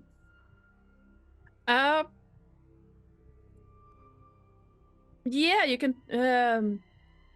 Like, it doesn't move backwards or forwards at all. So But does it move like to the side? there are other books next to it. Can we take them out? Fuck Yeah, 'em. definitely.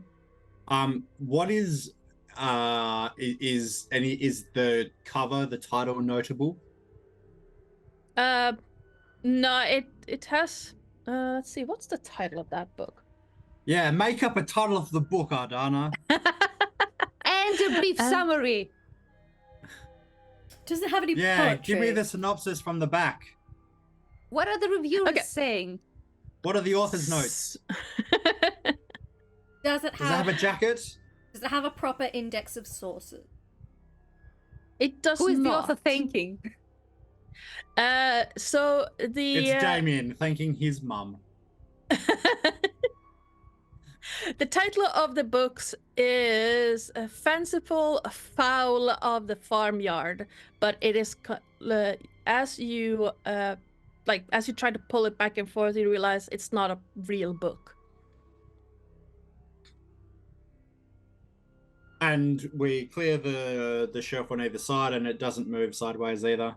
As you try to move, like, it's to one end you have the bookshelf, but when you move it to the other side, you hear a loud clicking and whirring as cogs just move against each other, and the I'll tell you, bookshelf. thank fuck there were two of us working on that, because I don't know.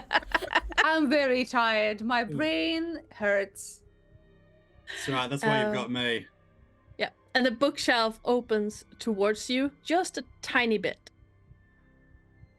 So it doesn't like swing open like a door. No, it's almost like if you Like have. it unlatches. Yeah, it unlatches. But like if you have a door that's slightly swollen and you've forced it shut and locked it, when you unlock it, it's gonna pop out a little bit. So that's what happens. It just pops a little. Okay. I will look at Hjort, who's yeah, I'll look at Hjort, who's still, I assume, doing a ritual, and then look at the others and say, should we take a bit of a peek, or? Well, how do we move it? Do we just push it in or pull it out? Do we slide it? You said it popped out a little bit, right? Yeah, it swings outwards. Oh, Yeah. Okay. I will get my fingers around and try to pull. Yeah. Redding, could you? Oh, sorry, Hjort. I- Could you hold up the number of fingers of minutes remaining on your? There's probably about 5, I'd imagine, right? I'd say about 3 at this point. Yeah. The looking around took about 5 minutes, and then a couple of more minutes to get the door open. So about 3 minutes remaining. So yeah, he would hold up 3 fingers. As he does, a little creature that looks like a coin climbs out of his sleeve and onto the top of his hand to peer at you. Aww. Holly glares at it. and like almost unconsciously rubs the part of her hip where she got bitten by one of these guys. And I do that. Oh, it was hip, he said. That's not what I heard. No, that's to do with the tantric book that the. Oh, Rose yeah. wanted. Oh, no. I'm not sure if it was Um, Kevin specifically that bit me, but Holly's carrying a bit of resentment towards the coin mimics generally. He's just a baby. He didn't know better. Hopefully he has learned. Yeah, Kevin Holly will do is that. I'm currently watching you in- sort of eyes at Yep, Kevin. Like, Yep, Kevin is currently on the back of Hjort's hand, Western arc. Though he'll probably slide back down into his sleeve any moment.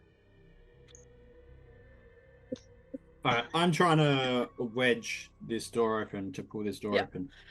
It opens relatively easy, but you can hear like the whirring of cogs as the door swings open. And a soft metallic screeching from the hinges. Okay. need some grease. Can screeching be soft?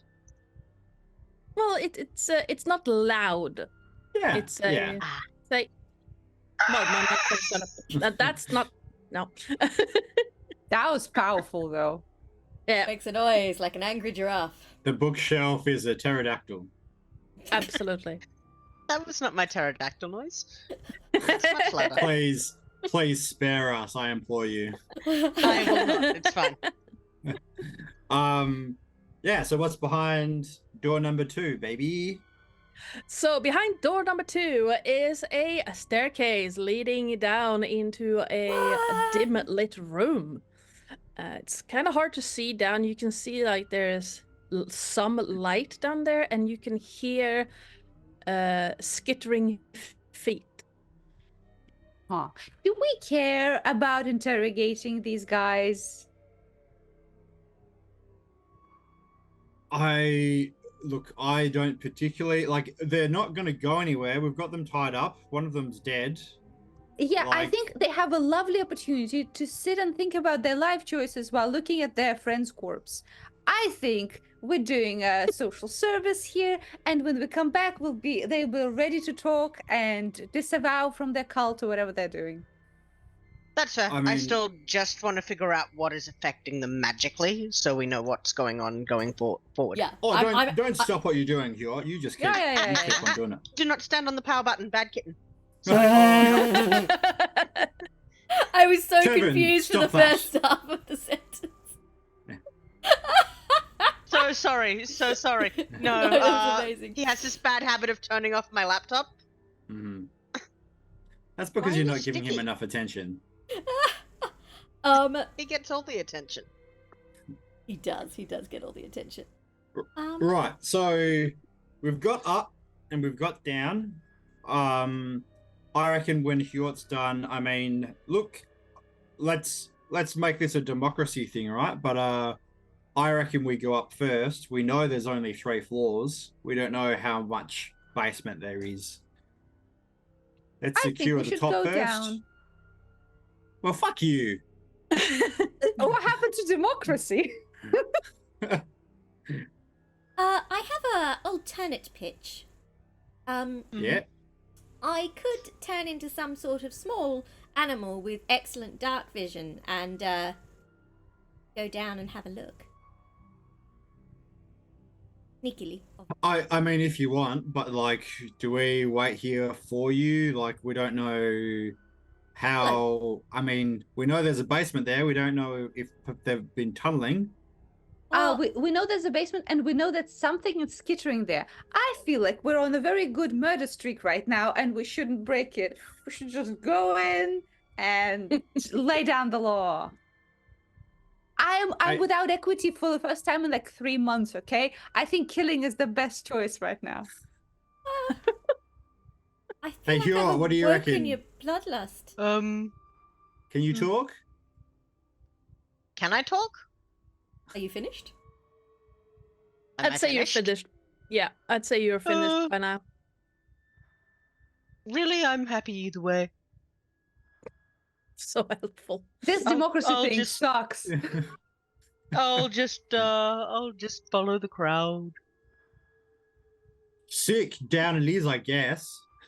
Hold up! I was going to investigate Uh, sneakily. You want me to or Yep. not? Your All right. So as your ritual finishes, you get the sense of that the transmutation on these cultists has not been affecting them at all. It has not been something that's been used against them, but rather something they have used. well, I think he just the people here have not got magic cast on them. They've been casting magic, by the way. Interesting. What, this lot? They You don't got seem like chicks and casters. unconscious. Yeah. So they weren't hypnotized or in another way kind of enchanted to? There are no spells affecting them. All right. Well, my Just my regular armor innocent humanoids. that we just killed. Oh well. My armor Vagathus is going to be running down in approximately 20 minutes. Holly, would you mind starting your investigation? Certainly. Hold on a tick, and I am going to wild shape into. Ooh, see, I was just going to do a mouse, but that feels boring. What's a fancy mouse? A I mean, mole? you can do a cranium rat, but I don't think those are beasts. A Spinifex hopping mouse. Woo, hello. A chinchilla can be good. A wallaby. What does a chinchilla look Quokka. like? Oh, They've they're got very a soft. big They're very tails. cute. Want something I think subtle. chinchillas. I Oh, think wait, chinchillas maybe- have the. If I remember right, chinchillas have the softest fur in the animal kingdom. Wow. Yep, they sure do. I assume it muffles movement very well. I mean, you can always turn into a ball and roll. Okay, okay, chat. Do you want me to turn into a chinchilla or a quokka? It's up to you. Quokka, I hardly know her. Hey. Hey. I'm here all week, thank you. You're great. That's what my Aw, mom told me. Chinchillas are pretty freaking cute. And given that quokkas are confined to a very small area of Australia, it's very unlikely that I will have encountered. Oh, they want quokka. Okay, I'll turn into a quokka. The thing is, Australia yep. probably doesn't exist in this universe, so it can be Or wherever in the any fuck you want it universe. to be. I'm onto your shit. Yeah, Australia isn't real. We're all actors. Yeah, it's a fucking hoax. Let's move on. I mean, according to map makers, New Zealand doesn't exist. Neither does Tasmania. Yeah, quokka is the overwhelming fave. So yeah, a cloud of kind of sparkles that Yes. look almost like snowflakes surround Sprinkle's form, and it kind of her form like collapses in on itself, and she turns into a small, almost mouse-like creature that looks so happy, so happy, just big smiles. And I would like to, in stealthy quokka form, sneak down into this basement and see what I can see. Absolutely. Please give me a stealth check. Do I get advantage because I'm a quokka? Are they naturally stealthy? You'd probably use the rat stats, right? Yeah. I'll check if a rat. I can't believe D&D doesn't have a stat block for Quokka. What the fuck is this bullshit? Well, now we know Yeah. what we need to know what we need to do on a Tactics Tuesday eventually. Is stat a quokka. Yeah, make stats for a bunch of like Australian critters, you know? I mean, as Humblewood characters, why are we stopping at just little animals? True. Okay, a rat does not get a stealth advantage, but I do get advantage on perception checks relying on smell. So I can smell everything absolutely. that's happening in this basement. Please be stealthy, please be stealthy. 10. I'm going to burn my inspiration and roll that Oh, again. don't bother. You don't have to. Oh, okay. Thank you. I'm just gonna give you that one for free. You don't have to do. Okay, I can see. I scuttle down into the cellar. Or basement. I've sent this guy something in the Zoom chat, by the way. Yes, it's adorable. It's very cute. As you scuttle down the stairs, the sound of skittering grows louder and turns more into a almost like creaking, stompy sound. Uh-oh. The dim light also becomes more of a flickering light in greens, reds, and white. As you come down around the circular staircase, you are met with several odd-looking creatures. Each of them look to be bipedal. Where did you go? There you are. More humanoids for you to kill. They look bipedal with blue legs, red torsos and arms, and wearing a red top hat looking contraption on their heads. It's not so much a head. Looking closer, you realize it's not so much a hat as part of their heads. Their arms hang along their sides, and they seem to be almost marching around the room. The clicking sound seems to be coming from the walls, where two like burrows are shown in walls that have collapsed, possibly from the quake itself. And what you see, what looks like tiny presents with legs, metal legs that poke out, 6 on each of the parcels or package or presents. The lights that you can see seems to stretch from the room past 4 cylinders hanging down from the ceiling and into the darkness of another room, and they go along both walls next to you. The reason they're not immediately noticeable is because the lights next to or nearest to you have gone out. And as you're watching, 2 green lights, one on each side of the hallway you're looking into, also go out.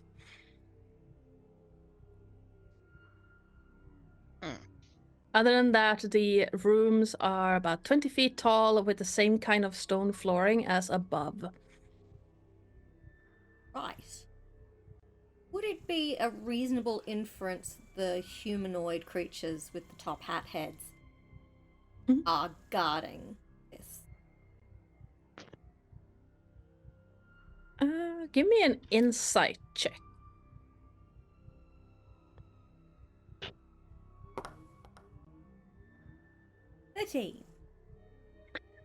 They don't seem to be guarding the area so much as the 2 burrows into the walls.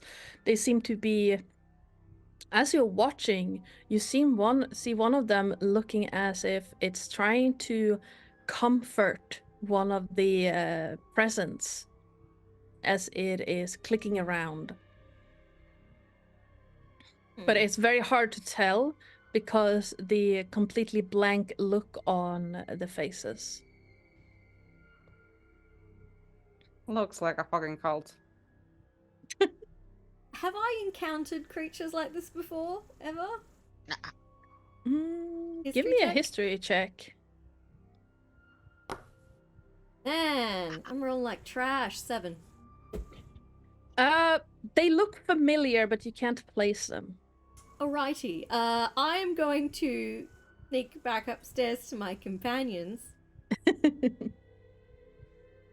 And I just realized none of you can talk with animals, huh? I can. Oh, wonderful. If you talk with animals, I can keep this form. Sure. Let me find my speak with animals spell. Somewhere up here.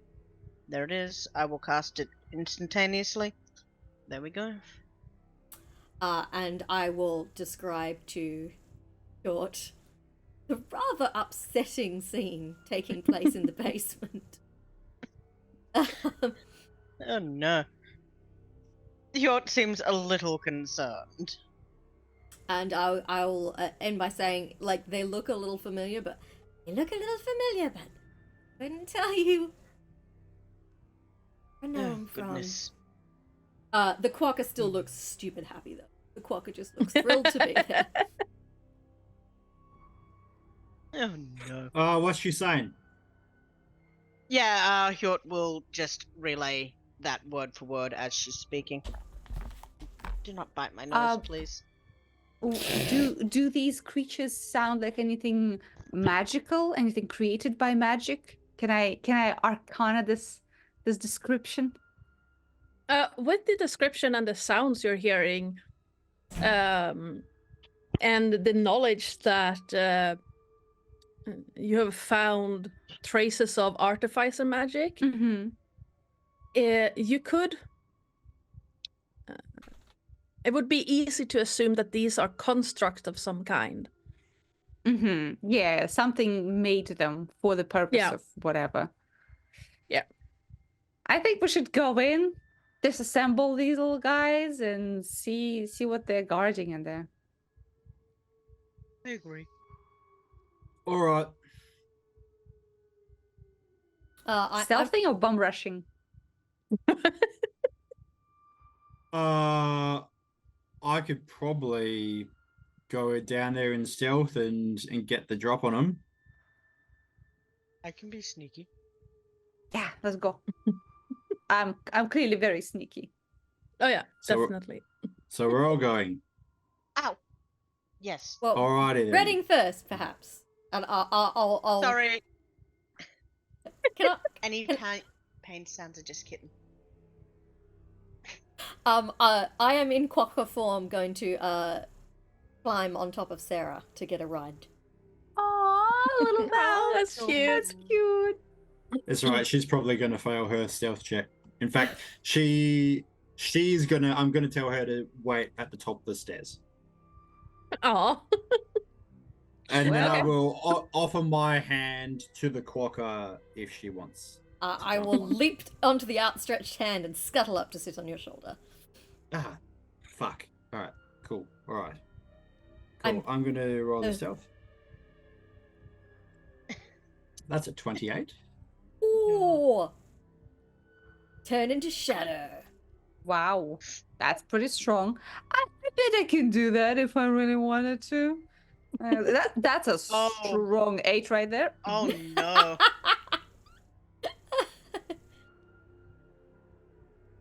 And he doesn't even have antlers to explain that right now. What did you What do you roll, mean? Terris? Just looking at Damien, you can see how loud he is. He rolled an 11. I rolled an 11. Ow! So the plan was for me to go down and take a pot shot in stealth, but it seems like everyone else is I'm coming. giving you a couple of paces, but we Are are you? breathing down your neck. So you've got a surprise round before everyone else comes tumbling down the staircase. Yep. It doesn't look like Reading, that's happening. even with your loud companions, Reading, you realize going down the stairs that these constructs have not noticed them. They are very, very intent on walking around, making noise, and seemingly almost doting on the small presence with legs in the burrows in the walls. And the bigger ones just look like a big presence. No, the bigger ones are bipedal, while the presents have 6 legs. But they're bipedal presence. They look kind of like guards. Like they're dressed as guards. If you want, you can give me a history check to see if you recognize them. Do they have sharp ears? No. Okay. Do they? I'm gonna roll the history check, but do they have like big teeth that look like they go up and down, and you could put a big nut in between them. Yes. I rolled a 2. Yeah, okay. Stop Yeah. trying to put your nut in between their teeth. We're on the clock, wedding. I'm going to shoot one of them with my longbow. Yep, go ahead. You get a surprise round because they have not noticed you. Okay, so advantage? Yep. Okay, I'm going to do a long shot, a sharpshooter on this. Yeah, okay. I think that's gonna hit, yes. A 31, yeah, okay. Yeah, that's Good. gonna hit. Nice. I'm gonna put a flavored foil on this as well, so I'll get an extra D6 on it. Well, that's a minimum damage, so 17, and then Minimal Okay. damage of 17. Okay, Redding. Okay. 23 in total on my first attack. Your arrow sinks in deep, and you hear a whirring and clicking and screeching sound from this construct as parts of it starts breaking off. You have done a massive amount of damage to it. That's pissed it off. Oh. I'm going to do that again. Okay. The same one? Yeah, why not? Okay. And I'm going to, because I imagine I don't have advantage anymore. Yeah, no. It yeah. knows something just hurt it a lot. Yeah, fair. I'm going to cast Zephyr Strike. Yep. And then immediately use the benefit of that to give me an advantage on this next attack. Okay. And do another sharpshooter. Not quite as high, only a 24. Yeah, 24 still hits. Yeah. Cool. I don't get any bonuses to damage on this one, apart from the plus 10. So 23. As the second arrow sinks in deep, you see the. Actually, how do you disassemble this thing? It's Okay. it is destroyed. Yeah. Okay. All right. The first arrow will go through the hat, and then the second one I'll like do a bit of a lob shot so that Yep. it ends up like sticking into the bottom of the jaw, and then it like tries to bite down on it, and its jaw drops off, and then its head drops off. Ah, nice. Yeah. You see the head just thunk, or see and hear the head thunk to the ground. And the other 3 of these constructs turn around and just click their mouths together repeatedly. How far away are they from me? You're in the staircase, and they are under. This room is, let me check, it's 30 feet in diameter. You're on the staircase, and they were around the center. So the one that you killed was about 20 feet away from you. The others are closer, between 10 and 15 feet away. Okay. I'm just gonna go back up the stairs because I imagine this is probably a pretty compact area. Zephyr Strike gives me a total of 40 feet, so I'm just gonna go back up and into the room a bit and say, all right, I killed one. They're a bit pissed off. Enjoy. And that's where we roll initiative, because that was a surprise round. Hey. Of course, I am in a quokka form, so all I can do is bite people. I'd be very cute. They are very cute. Well, I rolled a 9, so I got a moment to think about it. 16 from me.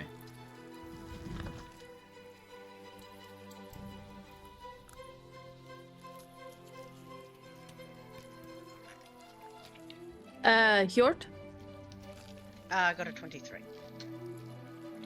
and Damien. 16.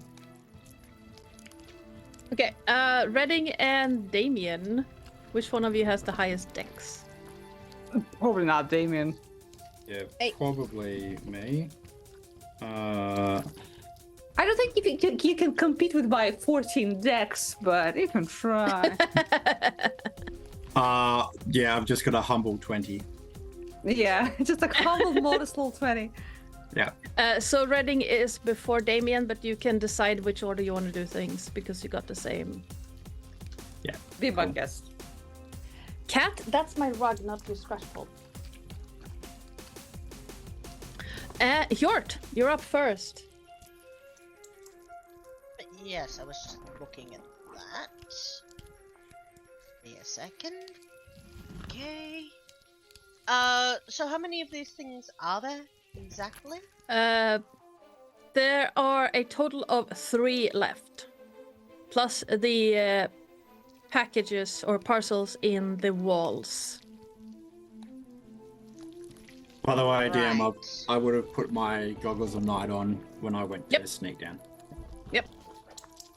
How many could I catch in a shatter? I'd say you'd catch 2 because they're on either side of these cylinders hanging down from the ceiling. You would get the cylinders as well. So they're looking at it, you would know that there is a slight risk of breaking the cylinders in the shatter as well. Which would just do more damage to them. Deal. Yes. Fair enough. That's a So con he will save, cast right? shatter. Yep. Save 17. And I do believe it's you do double damage because they're constructs, isn't it? Let me check. I think Shatter has does I double th- damage. It's either double damage or I thought it might be inorganic material has disadvantage on the save, but Terris will be able to tell us. A creature made of inorganic material such as stone, crystal, or metal has disadvantage on saving throws. So the first one fails. I don't think I'm gonna need to do a disadvantage on that one because that was in that one. So both of them fail. Nice. Excellent. Nice. So 3d8 damage for 18 on both. Nice. Let me double check what they have. You hear a screechy, crunching sound as the spell takes effect, and I'm going to. You don't do any damage to the cylinders hanging from the ceiling. You realize they are made of very sturdy material.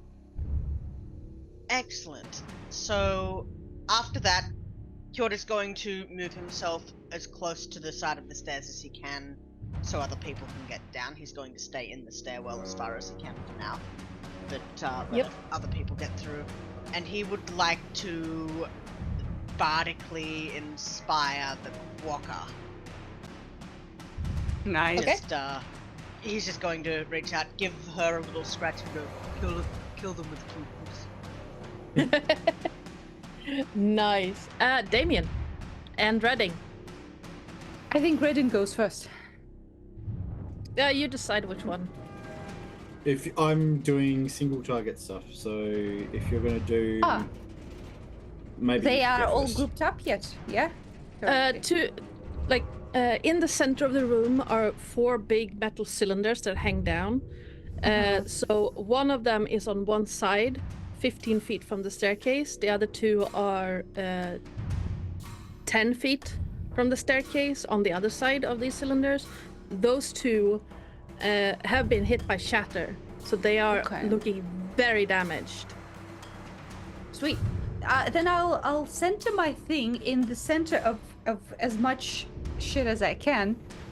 It's a 20-foot square Okay. on the ground.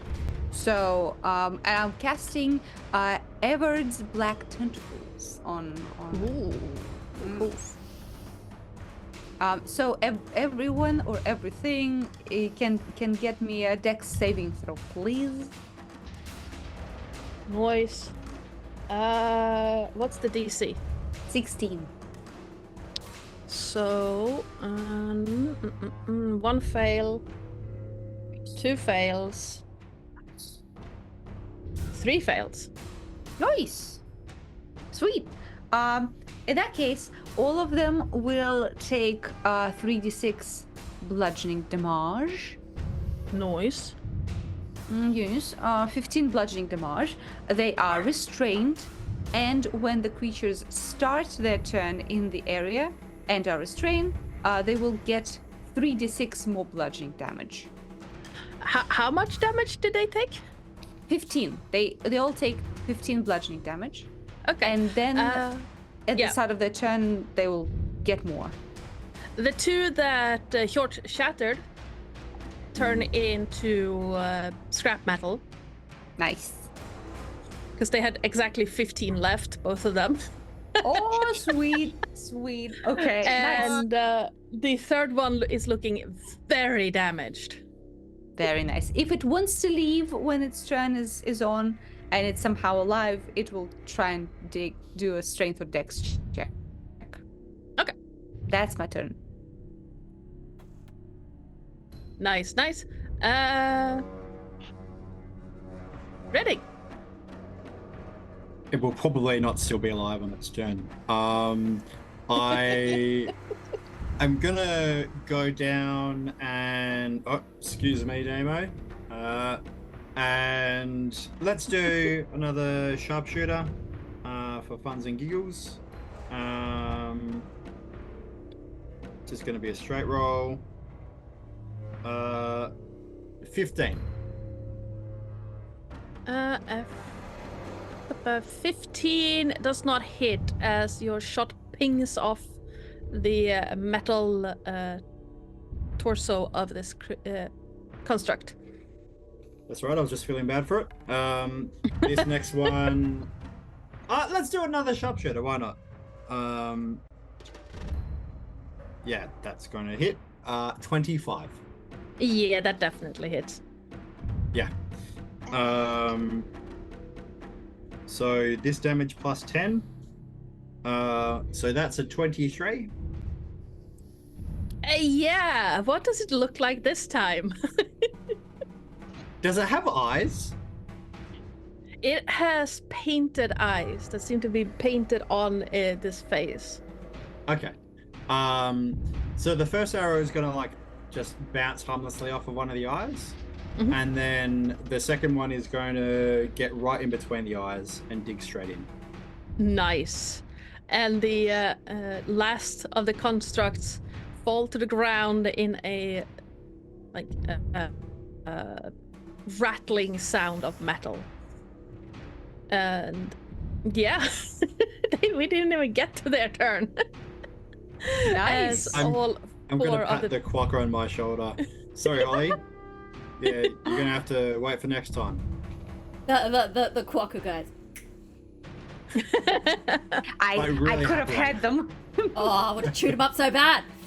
Oh yeah. We're on a kill streak, guys. Look at us. You While, really, while she's really... on my the bard. shoulder, I get my phone out and we do a quick selfie and then... Yes. Yeah, Oh. Hjort being the bard in this situation is now singing Quokkas on my shoulder make me happy. So, before you head down, Damien, do you stop concentrating on this spell, or? Well, are there any more fuckers that wanna run up on us, be all froggy and shit? They You could can yell. still hear the skittering of tiny feet, but they don't seem to be aggressive. And they remind tiny me of fuck- equity. I shan't. I'll let my spell go. The black tentacles of goop start dissipating into the shadows. Nice. Remind on me, the how ground. did you find equity? Oh, great question. It was a dark and stormy night a year ago. Equity was, I think, Did you one of murder the- her parents? No. Because I'm Ah. thinking maybe she's just found a few more siblings. Oh, well, we'll look at them. If they're cute and if they can help me do business like Equity does, then maybe. Okay. Children Because you have to killed be their useful, parents is otherwise what what's I'm the getting point? at. Yeah, Yeah. yeah, that's true. Um, I put my hands over Sarah's ears. have these Yes. six-legged presents reacted to the dispatching of the guard? Uh, Nutcrackers? They have moved to the back of the little burrows. And they look a little, like, not scared, but wary. Could I? Oh, Yeah, as if a present can look scared. Hjort would like to get down low and make kissy sounds at them to see if he can coax one over. Please give me an animal handling check. Oh god, animal handling. I've got a +5 to that. Animal handling or persuasion. I'm not entirely sure how. Oh, actually, then I would prefer to roll the persuasion, so that would be a 15 + 13 Okay. instead of a 15 + 5. Yep. Yep. Okay. You notice that the tiny presents start to move closer to you, Yort. There are two in the hollow. So when you come down the stairs, one of the burrows or hollows is directly next to the staircase, and the other one is under the staircase. So which one are you looking at? Under the staircase, I think. Okay, so there's one under the staircase, and it is slowly moving forwards. You can tell that it kind of looks like someone made a present out of metal. It has 6 tiny, spindly little metal legs and a red sculpted bow on top. The metal itself is blue, and you realize it's the same blue as the legs of the bipedal constructs. Oh, come on now. Come on. I know you're probably an agent of the Scarlet Sage, but you're very good. Come on, it's okay. I won't hurt you. could I clamber down off Redding's shoulder and like go stand next to Hjort and just be the cute smiling at the present to try and help like make it feel more comfortable. Aww. Yeah, the tiny present moves forward carefully, but still looks like it's more curious than scared, and it moves out to Hjort's hand, and it starts poking Hjort's hand with one of its spindly little legs. You feel like tiny little needle pricks into your fingers, Hjort, or do you have hooves on your hands, or are there actually no, hands? I've got fingers. I've got fingers Okay. on my hands. Yeah, I'm a so it's Moosator, so yeah. Yep. So Hi. and it tilts back and forth. The sculpted bow tilting back. There are no eyes or anything on it, but well, yeah, there are no eyes or anything on it, so it's kind of hard to tell which is front and back on this thing, but it seems to be like looking up at you. can you try to pick it up? You can try. Yeah, so he will very gently try and scoop it up, talking to it all the while, just being very calm. He thinks he may have made a new pet. Hopes he's made a new pet. Yeah. It seems calm. As you pick it up, it splays all its 6 little legs straight out, like almost like a crab when you pick it up. Oh. This is a face hugger situation, I bet. I'm gonna climb Hjort so I can have a closer look at this thing. Hjort seems very used to being climbed by small furry creatures. As you climb up, you see about a dozen mice pop out of his backpack to look at you.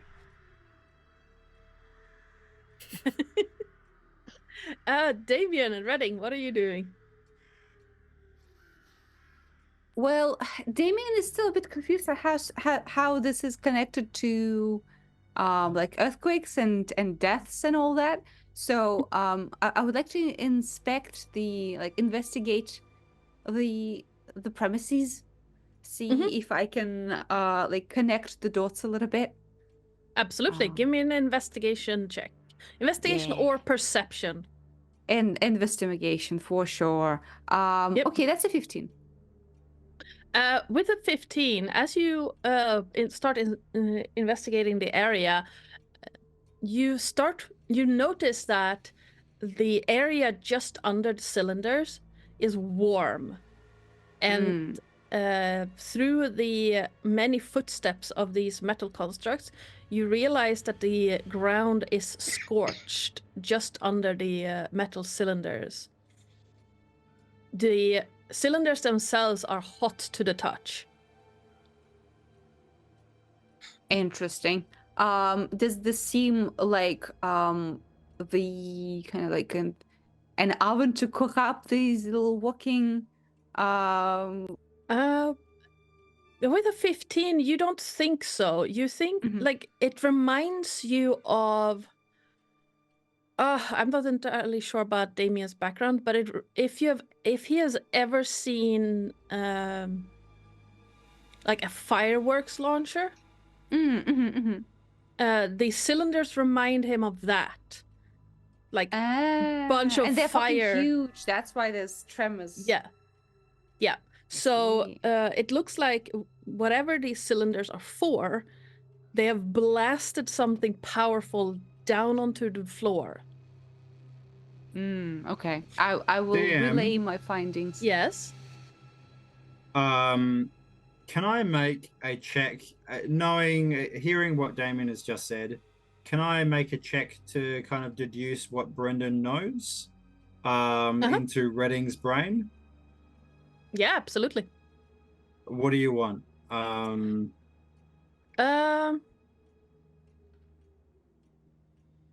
Wisdom check. Okay, cool. Wisdom or history, whichever is strongest, or whichever you want. Please. Wisdom, actually, probably. Yeah. Cool. Yeah, wisdom being a +2. 11. I'm going to chuck my inspiration onto that I've got as well. Okay. So let me try again. No, that's worse. So 11. It's probably not going to do it.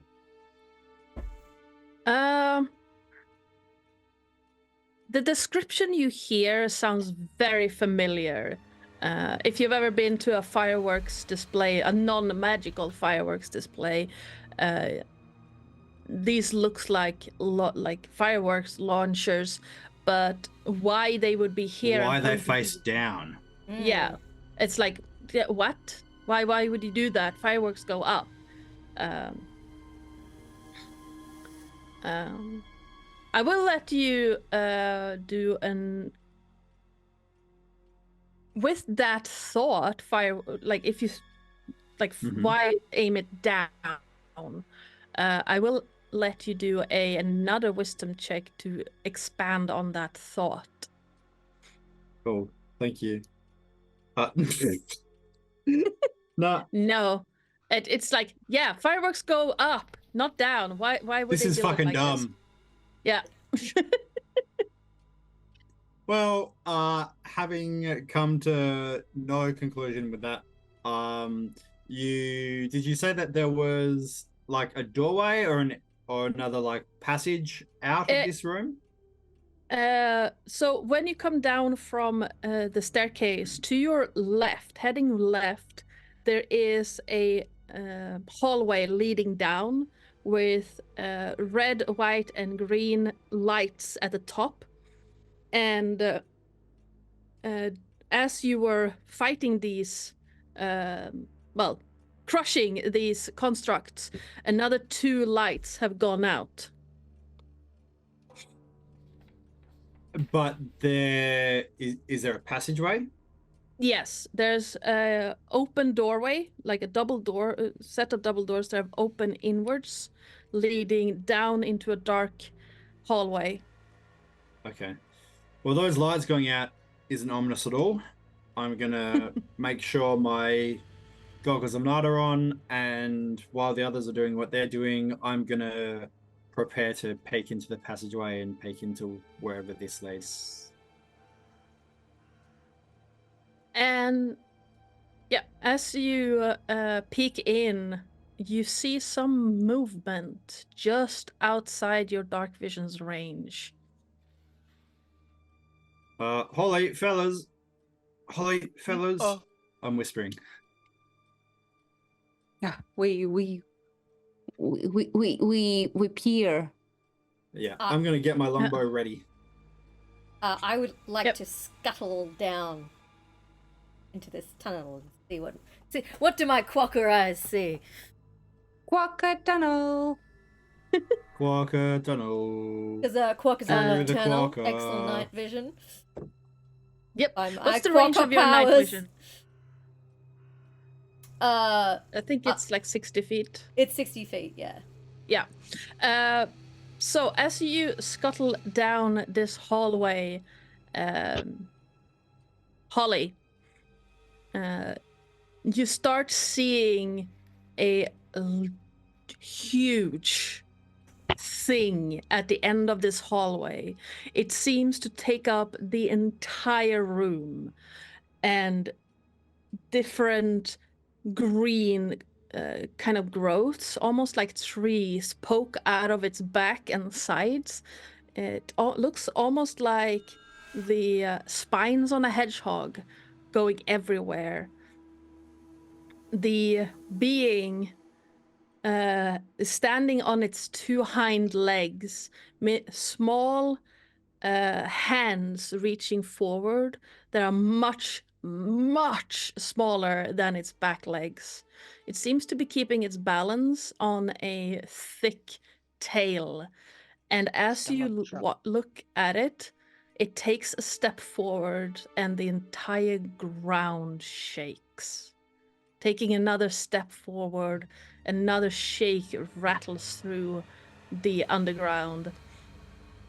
And then it starts to move faster towards you, Holly, just as a green swirl starts coming down around Redding, Damien, and Hjort. Oh, no. Yes, Well, leave the quokka in the tunnel with a giant whatever this is. As Redding, Damien, and Hjort are lamped out of this underground tunnel, leaving Josh a Lapton. I heard that.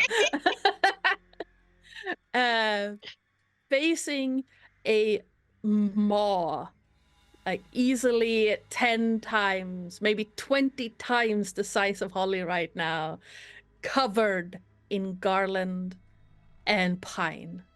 And that's where we're gonna Ardanna, end today's session. I was going to ask, as I'm blamphing away, can I Yes. just yell at Holly Quokk-On and give her a bardic inspiration? Yes! Yes! Yes! Let's go! Can I give Terris Quokk-On. inspiration for that? I want to give Terris. Do you have inspiration? Because otherwise you're gonna get one. I do. Oh, Already. dang it. Powerful. Well, then That's a good bounce it to ending. someone. Quokk-On, Holly. Quokk-On! Well, Amazing. And like quokkas are very smiley creatures, but as this massive yeah. Whatever the hell. festive creature looms over me, just the little quokka smile.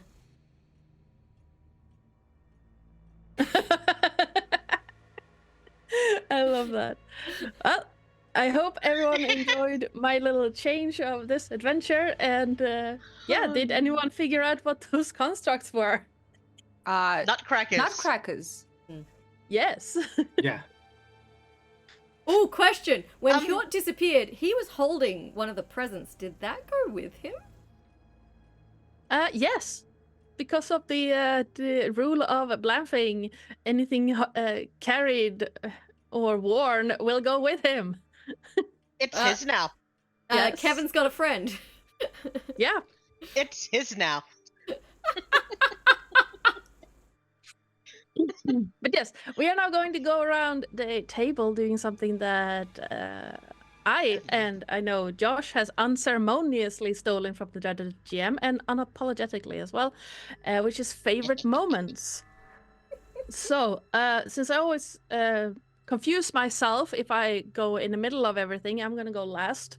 But chat, please give me a D4 in chat. And if you got your own favorite moments from today's session, please put them up there so we can read it out. Or feel all flattered and warm. Plenty of ceremony, no apologies. Sorry, who's first? Exclamation point, roll space 4. It's like, how did you A mess it up, 2. Josh? Yeah, I'm like also Yeah, looking it's like Josh couldn't fucking do it. So we're talking about Damien first. Oh, goodness. So let's flatter Daria. Because my ego is not big enough already. Come on. I wasn't fast enough with my pen to get the exact quote, but it was when we were deciding whether we were going to go down into the basement or not, and Damien's like, we're already on a killing spree, we're just going to keep this momentum going, I don't have the kid today, we should just go and kill more people. Yeah. I like that. I simple very much pleasures in like life. the idea.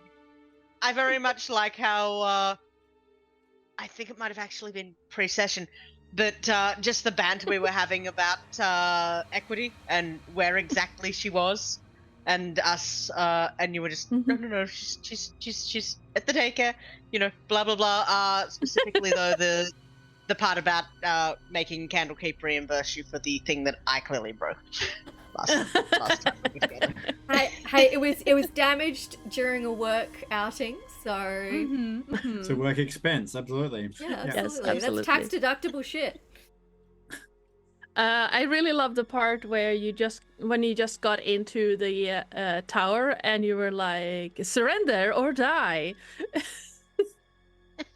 As if like these guys were like, no, they were not gonna surrender. Listen, I gave him a chance. I gave him an opportunity. They didn't take it. Well, 2 of them did by force, and the other one was fighting Holly. I mean, as always, I really enjoyed the banter between Redding and Damien, but up until this point, I either like the way that Daria was playing him or just what I was like interpreting. Damien seemed like a really suave, like kept together kind of guy, but it was really it's so revealed stupid. today how much of an incel he is, and He's it's a like full-on, dumb incel. like a Yeah. worthless piece of crap. And He's a piece of shit. He is a necromancer businessman. He fucking tramples everyone he comes across. His undead summon thing is a summon unpaid intern. He's a fucker. like swap. Oh no, I man. knew all of that, but he just seemed less competent tonight. I think and that's also the because fact that he he's was without equity. Yeah. Oh yeah, equity is the totally the brains brains. of the operation. Yeah. Yep. And the fact that he's a self confessed incel makes me a bit sus on why he's into necromancy. But that's Oh no. Too dark. Take it back. Yeah. Well, what did you say to the other people around the body of like I'm experienced in this and too close? Anyway. I occasionally had sex and quite frequently as well. Yeah. Yeah. Yeah. Great. Yeah, so Damien being an incel is my moment. My episode long moment. Yes. Thank you. Do I flatter myself now? I would say so. I think you should. Oh, yeah, we're yeah. short. I mean, no, I think I enjoy playing this dumb evil guy. He's very not good, but he's so like smelly and stinky and stupid that you can't even like hate him for it. He's just like a disappointment for anyone, and I'm like, yes, good. I love him. I think So that he's the another only quick- incel I think I would say I like. So That's very strong.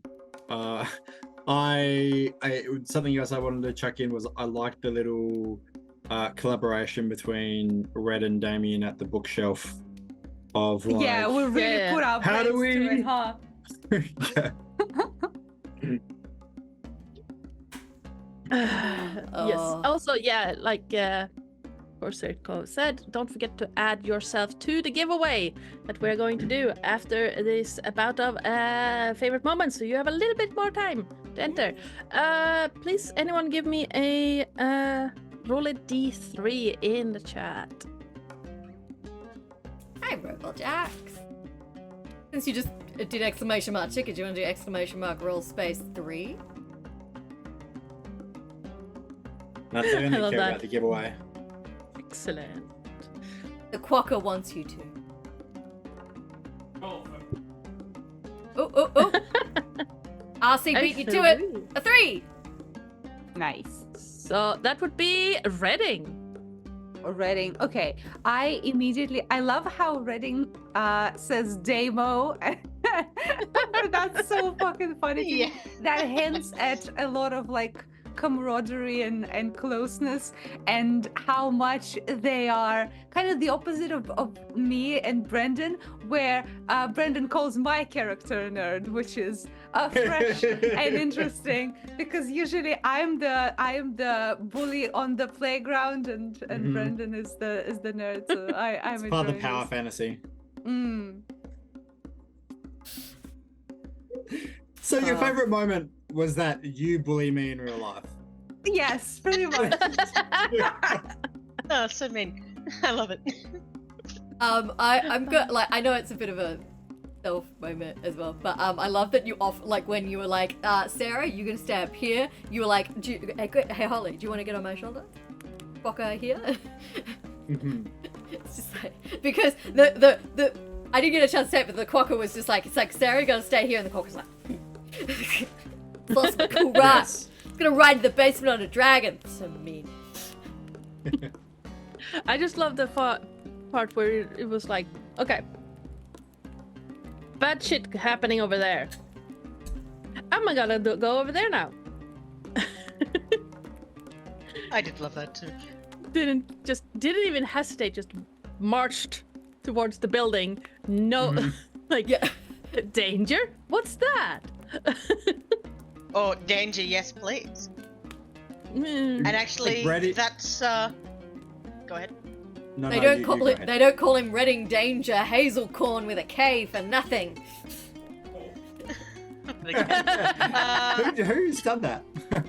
Yeah, Nobody. no, Terris, go no. ahead. I was just going to say that I absolutely love about Reading the fact that he acts a bit. There's this playful tone to him, but then you get into combat, he is bang, bang, bang, so precise. There's this juxtaposition of, oh yeah, I'm the dirt beast, but also I am the killing machine, and I love that. Like, Speaking of, he fucking- masks his competence until it's there, and I love this. can we just mention the fucking average 27 on a hit, damage, 30 plus stealth? Get Yeah. the fuck out of here. Yeah, he's a powerhouse. The Nutcrackers had an 18 AC, and Reading was like, "What's AC?" Wang. Yeah. No, I see. Really Look, glad give- the Quokka didn't try to bite any of them. Yeah. I mean, give Reading advantage, give Reading bardic inspiration, cast fairy fire on them. Like, I loved the combat last session because Yeah. we had Damien casting slow, we had Claws casting fairy fire, I was like, ping, ping, ping, ping. Ta-da! Yeah. Oh, Redding would love my wizard then, because he's an enchantment wizard. He's like, hold person. You're not moving. Fuck yeah. Yeah, I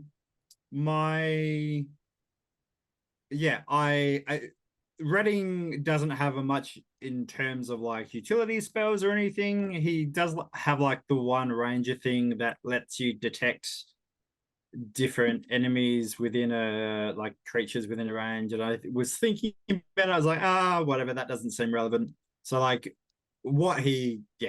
basically the two things he does is stealth and then murder things. But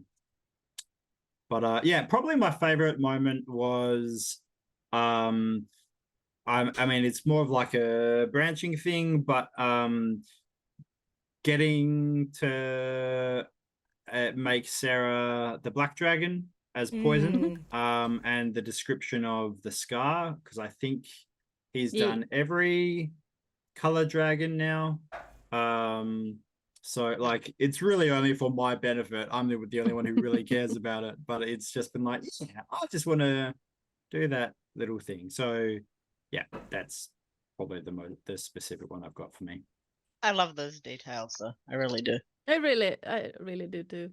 I was going to describe the nutcrackers after you destroy them, that they kind of look like Jenny after a whale got dropped on her.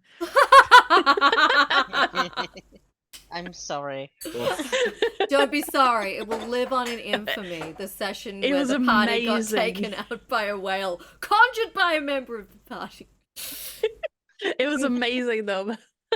Yeah. Oops.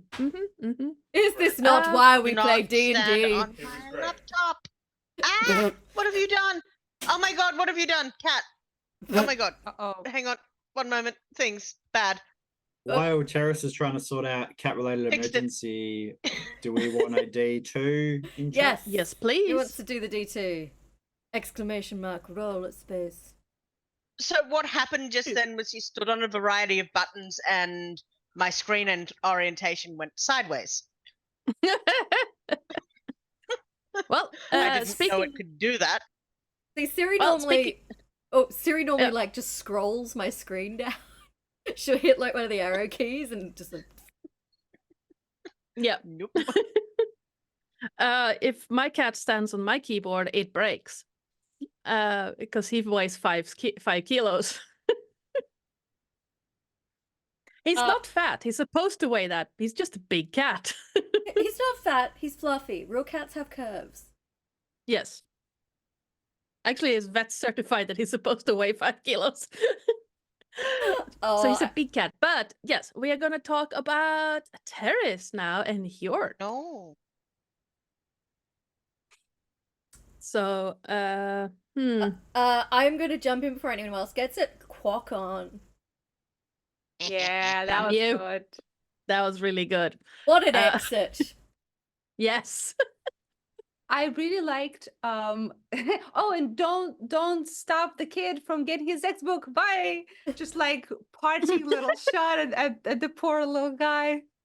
And the fact that I you've just- carried off one of these present creations. So wherever you go, you're just carrying a spider present. Mhm. I just love the fact as well that the poor tiefling's name was Irony. Good.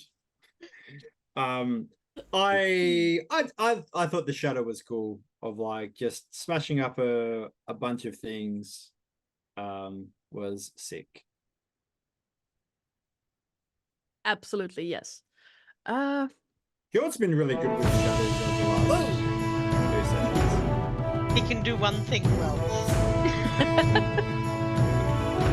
I just love the tiny description when Holly climbed up on his shoulder and was met by a backpack full of mice. Yes! I can just imagine them all being like diglets going, hi. Oh, we have found our queen. Queen of the mice! Oh, no. That just makes me think about a rat king. We Yeah, have found our queen.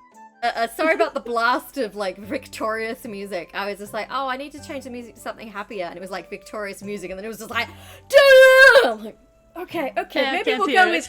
maybe we'll go with Happy Tavern. So hopefully that's a little crazy. That's crazy. But Hjort coaxing the little present out was cute as well. Yes, absolutely. Oh no. I knew the second I said that Yort was going to try and tame one. So yeah, And he did, I think. he did. So yeah, since I think it's me now, I'm going to say that taming the present was my favorite thing because now he has another thing that he can look after and that he loves. Yep. He's gonna Absolutely. be a walking zoo by the end of it. Oof. Sorry, I went to say ouch, and the kitten's paw just went down my throat. That's not where kittens' paws belong. No. Oh. What have you been? I'm fine. Well, speaking of, I almost like if I had and- time, I'd just supercut all the noises Terris makes who's getting attacked by a kid. yes, please do bloopers reel. Yeah. Yes, kitten attack. Kitten attack. When kittens Well- attack. Speaking of animal companions, or in this case, a quokka, I think it's Holly. We need to flatter now. Quokka. It just Quokka was great, but also the the obliterating of the poor ass guy with a 16 damage just like to the face. It was glorious. It really shows the difference between adventurers and normal ass people. Yeah, Yeah. like these poor guys but- had 9 hit points. Just Yeah, that was amazing. Holly That's hopes she's not amazing. gonna get in trouble for that one. When I say quokka, I want to make it clear that I don't just mean that you became a quokka. I mean that you physically, with your body as we were playing, Yes. were doing quokka things, and I loved it. Yes. They're And just the so- inside of my mouth is bleeding because the kitten cracked it. For those of you who haven't been lucky enough to kind of experience quokkas, they're very rare. They're mainly on an island off the coast of Perth called Rottnest. And there's some inland as well, but they're very rare. But they're just really happy looking. It's just the way their faces are built. So if you go look up quokka, they're always smiling. So people try like the quokka selfie is the big thing to do on Rottnest. You've got to find a quokka because they're not afraid of you. They don't appear to have any fear of people. So you If could you just do a Google image search, I can almost guarantee you that the top result will be a selfie.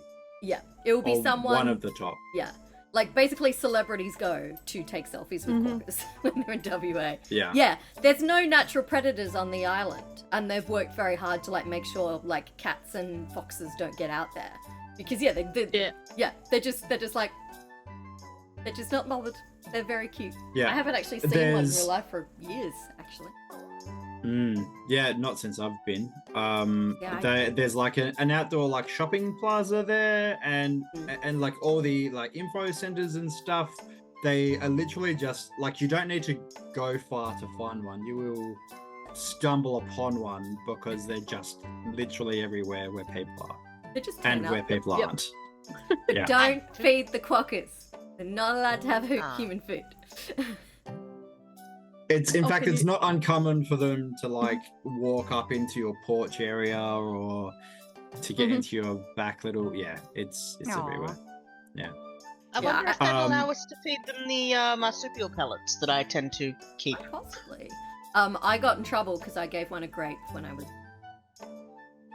Oh no. Ooh, that's not good. very You'd never naughty. I let gave it the down. quokka a grape, and the guy's like, "You're not meant to feed the quokks." I'm like, "Sorry, it's fruit." Yeah.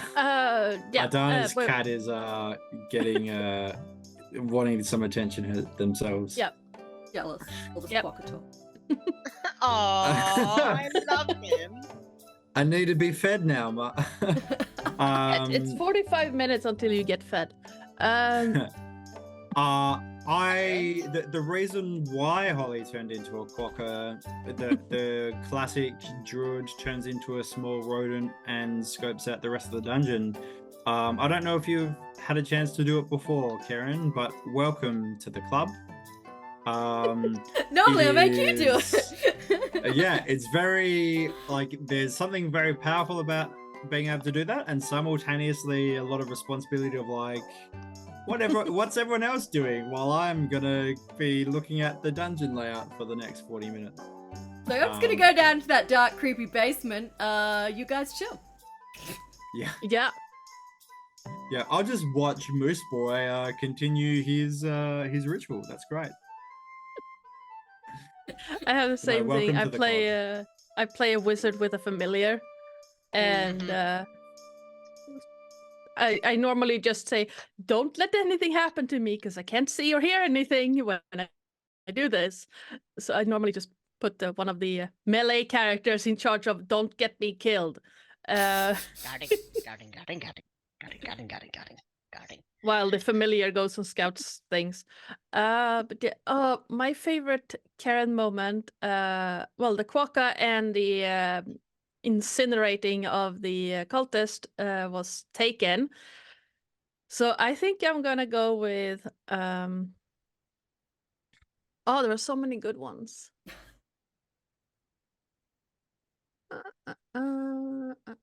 Yeah, at the end, it's kind of building on the whole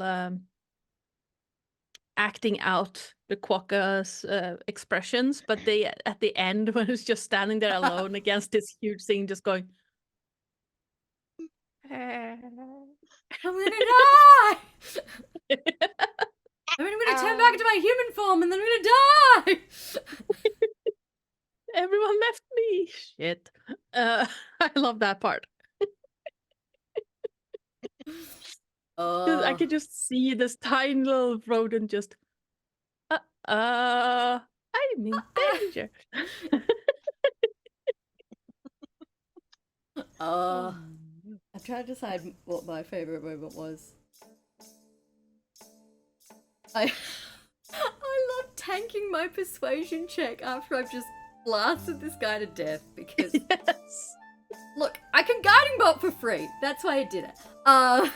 Didn't want to burn a spell slot on it.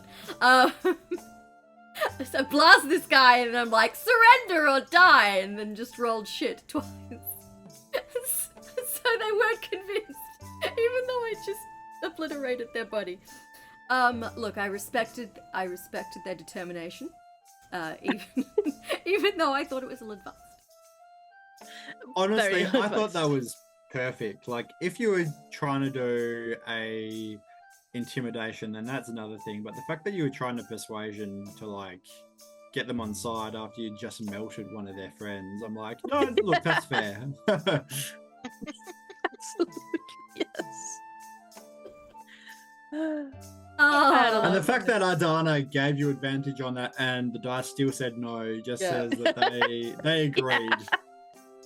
It's like, nah, this fits better. Just trying to explain it to the bookworm later. It's like, what did you do? It's like, I panicked! I know I carry a scimitar, but I kind of forget it's there. It's not my vibe.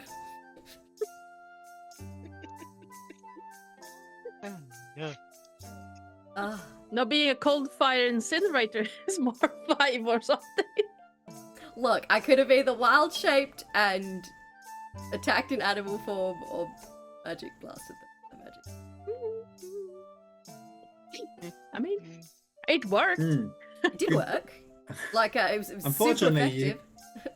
Unfortunately, you didn't teleport away, so you still have to suffer the consequences. I do. I have to grapple with the responsibility of killing whoever the hell that was. But it looks like they were guarding some shady shit, so hey, I might be morally on the okay side. Listen, I distinctly heard the DM say cultists when looking up their stats, so I think we are in the clear. Yeah, see. no one Yeah, minds. They're only cultists because they're into weird barnyard shit. Yep, exactly. They sneaky, Oh, so that's therefore what they're the tank cultists. trick book was about. No, Ew. no. Favorite DM moments? I think Yeah. that's what we're up to. Yeah. Your ending- timing, your Yeah. impeccable freaking timing of everything, and your description of the thing at the end. Oh my yeah, God. the ending was masterful. Bah. Yes. I liked the Christmas theming of the constructs. That was pretty good. I was having a bit of an ADHD moment when you were first describing them, but I'm familiar with this adventure, so I knew what they were supposed to be, and then I caught you describing them a second time. I'm like, wait, they're what? What are they? Oh, they're nutcrackers. I was so annoyed that Karen, could not work out what you were describing, because I was like, I feel like I should know what you're describing, and my brain just won't get there. And then Brendan the Nutcracker. Yeah, it's actually a stat block created by my partner that I'm using. So Cool. Cool. Sorry to your partner for melting your monsters. they were pretty tanky, but you know, Redding being Redding. Yeah, He's just Redding grumpy and he sneezes kills and things. they die. Yeah. Yeah. Thank you, Basta. I loved how you were. Sounds bad. I loved how like teasing you were with the bookcase, where they were like trying to move this book to open the door, and you were just like really making them work for it. Because it could have been like, oh well, I move the book, and like a lot of DMs would have been like, there is a click and the door springs open, but you were like, how do you move it? What are you doing to it? It's like, no, you got to clear all the other books out and then shuffle it. Describe the angle at which you are manipulating the book. In At which what direction? angle, to the nearest degree? How much force are you applying to this book? Well, if you had described it another way, there would have been a surprise. So Oh, okay. I told you I changed it up a bit. Yeah. Intriguing. Hi, Tony. I hope you're feeling better now. Yeah, hey Tony. But yes. Is that everyone? I think so. What about you? Favorite self? Yeah. Oh yeah, favorite self. Favorite self.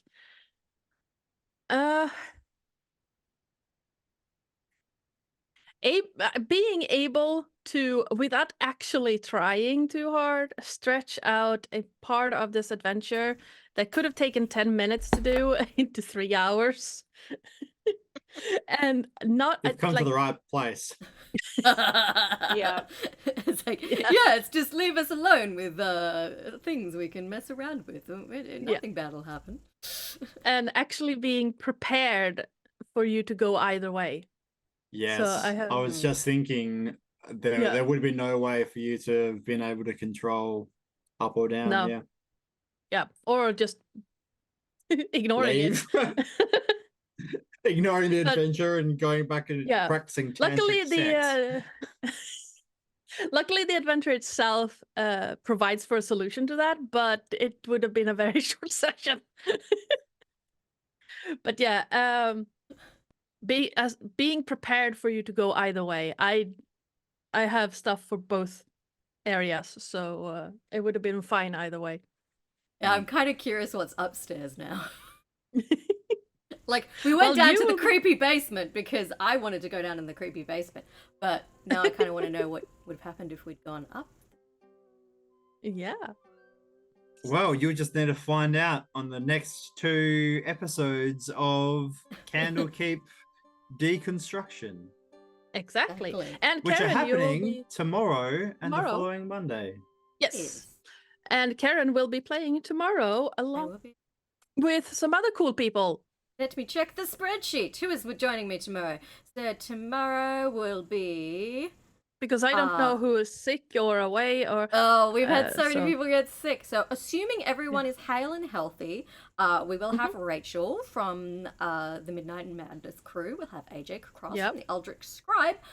Josh the Pirate will be rejoining us, and I will be back. Whom? Yep.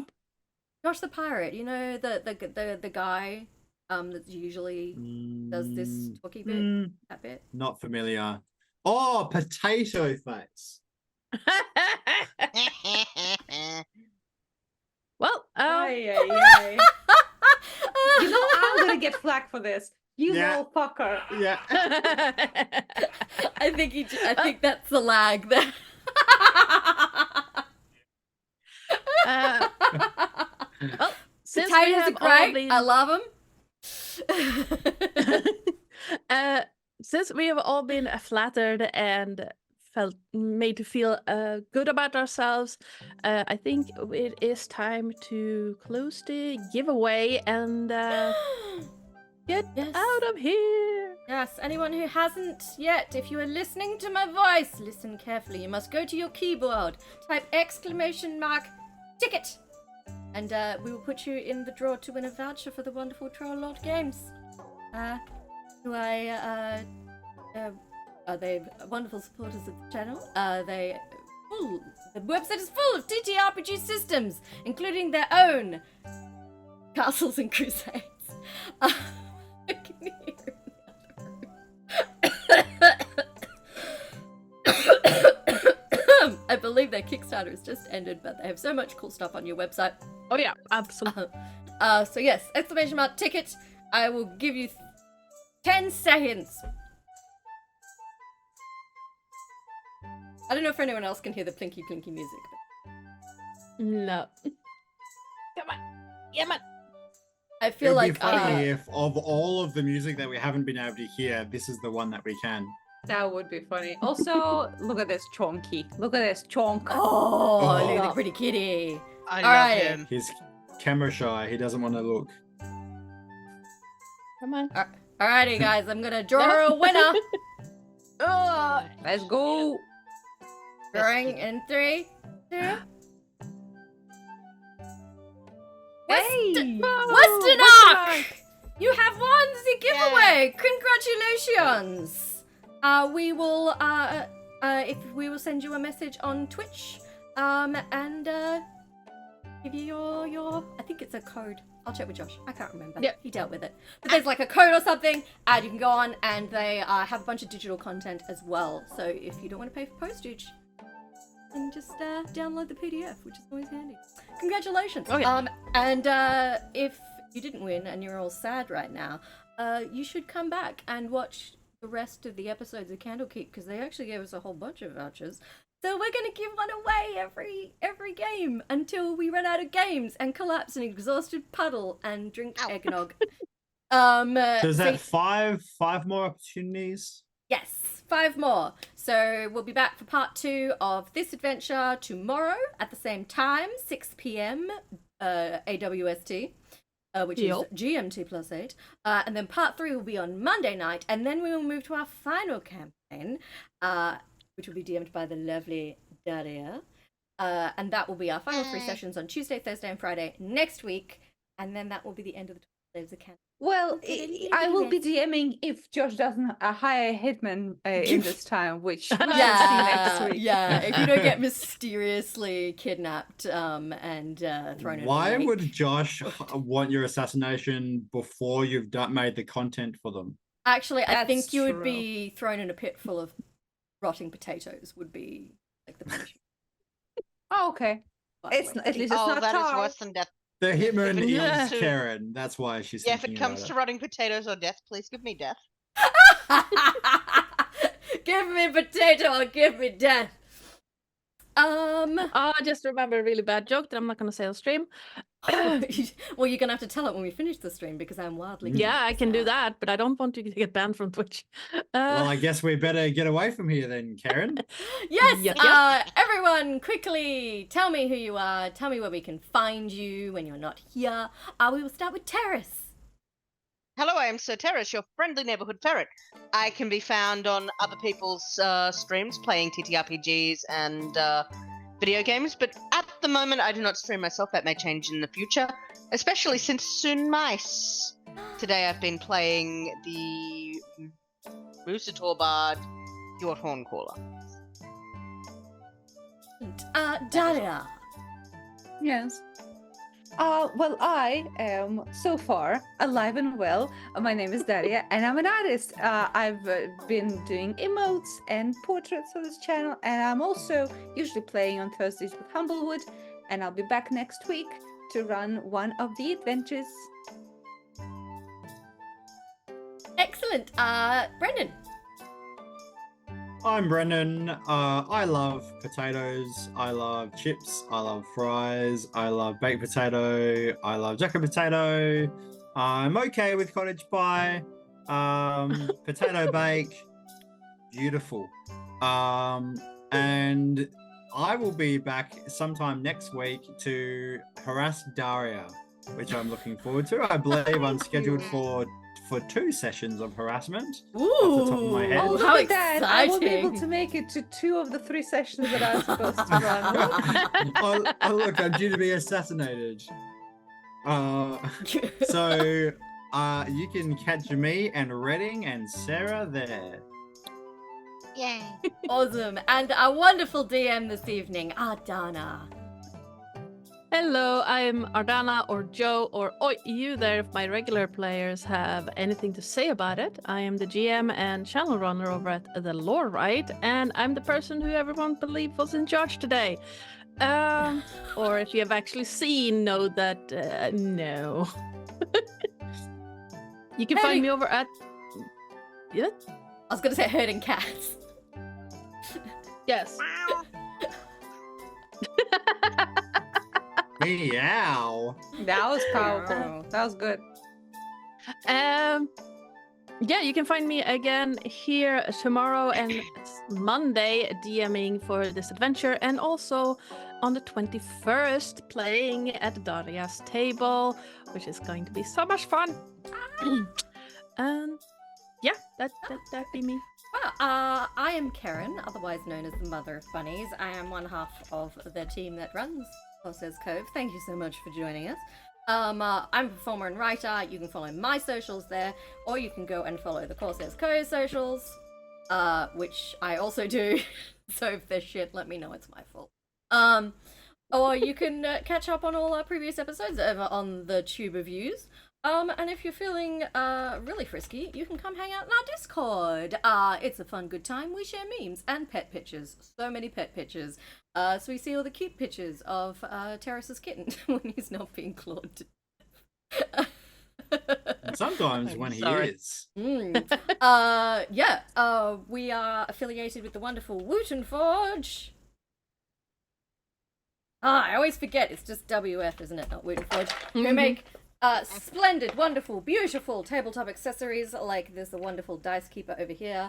It comes with a leather-lined rolling tray on one side, and then a keeper for all your fancy click-clacks on this side. And you can put a mini there, but we've just put more dice because we have many, many, many dice. And yes, if you use the link in chat, we get a cheeky little kickback if you in the very cool store, which is we also are affiliated with Troll Lord Games, who provided the lovely voucher for this evening. Like I've already said so many times, RPG systems, Castles and Crusades, lots of cool shit. Go check it out.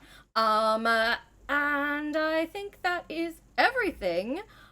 So we will go away from here now. We will find someone to raid. Who's hanging out? Oh, we go visit our lovely friend. Probably painting something. So be sure to say hello. Tell him give him loads of love, because he's a lovely chap. And we will hopefully see you back here tomorrow in that time. And we will strive to entertain you some more as a quokka faces down a terrifying Christmas-themed beast in a basement. What could You can do possibly it.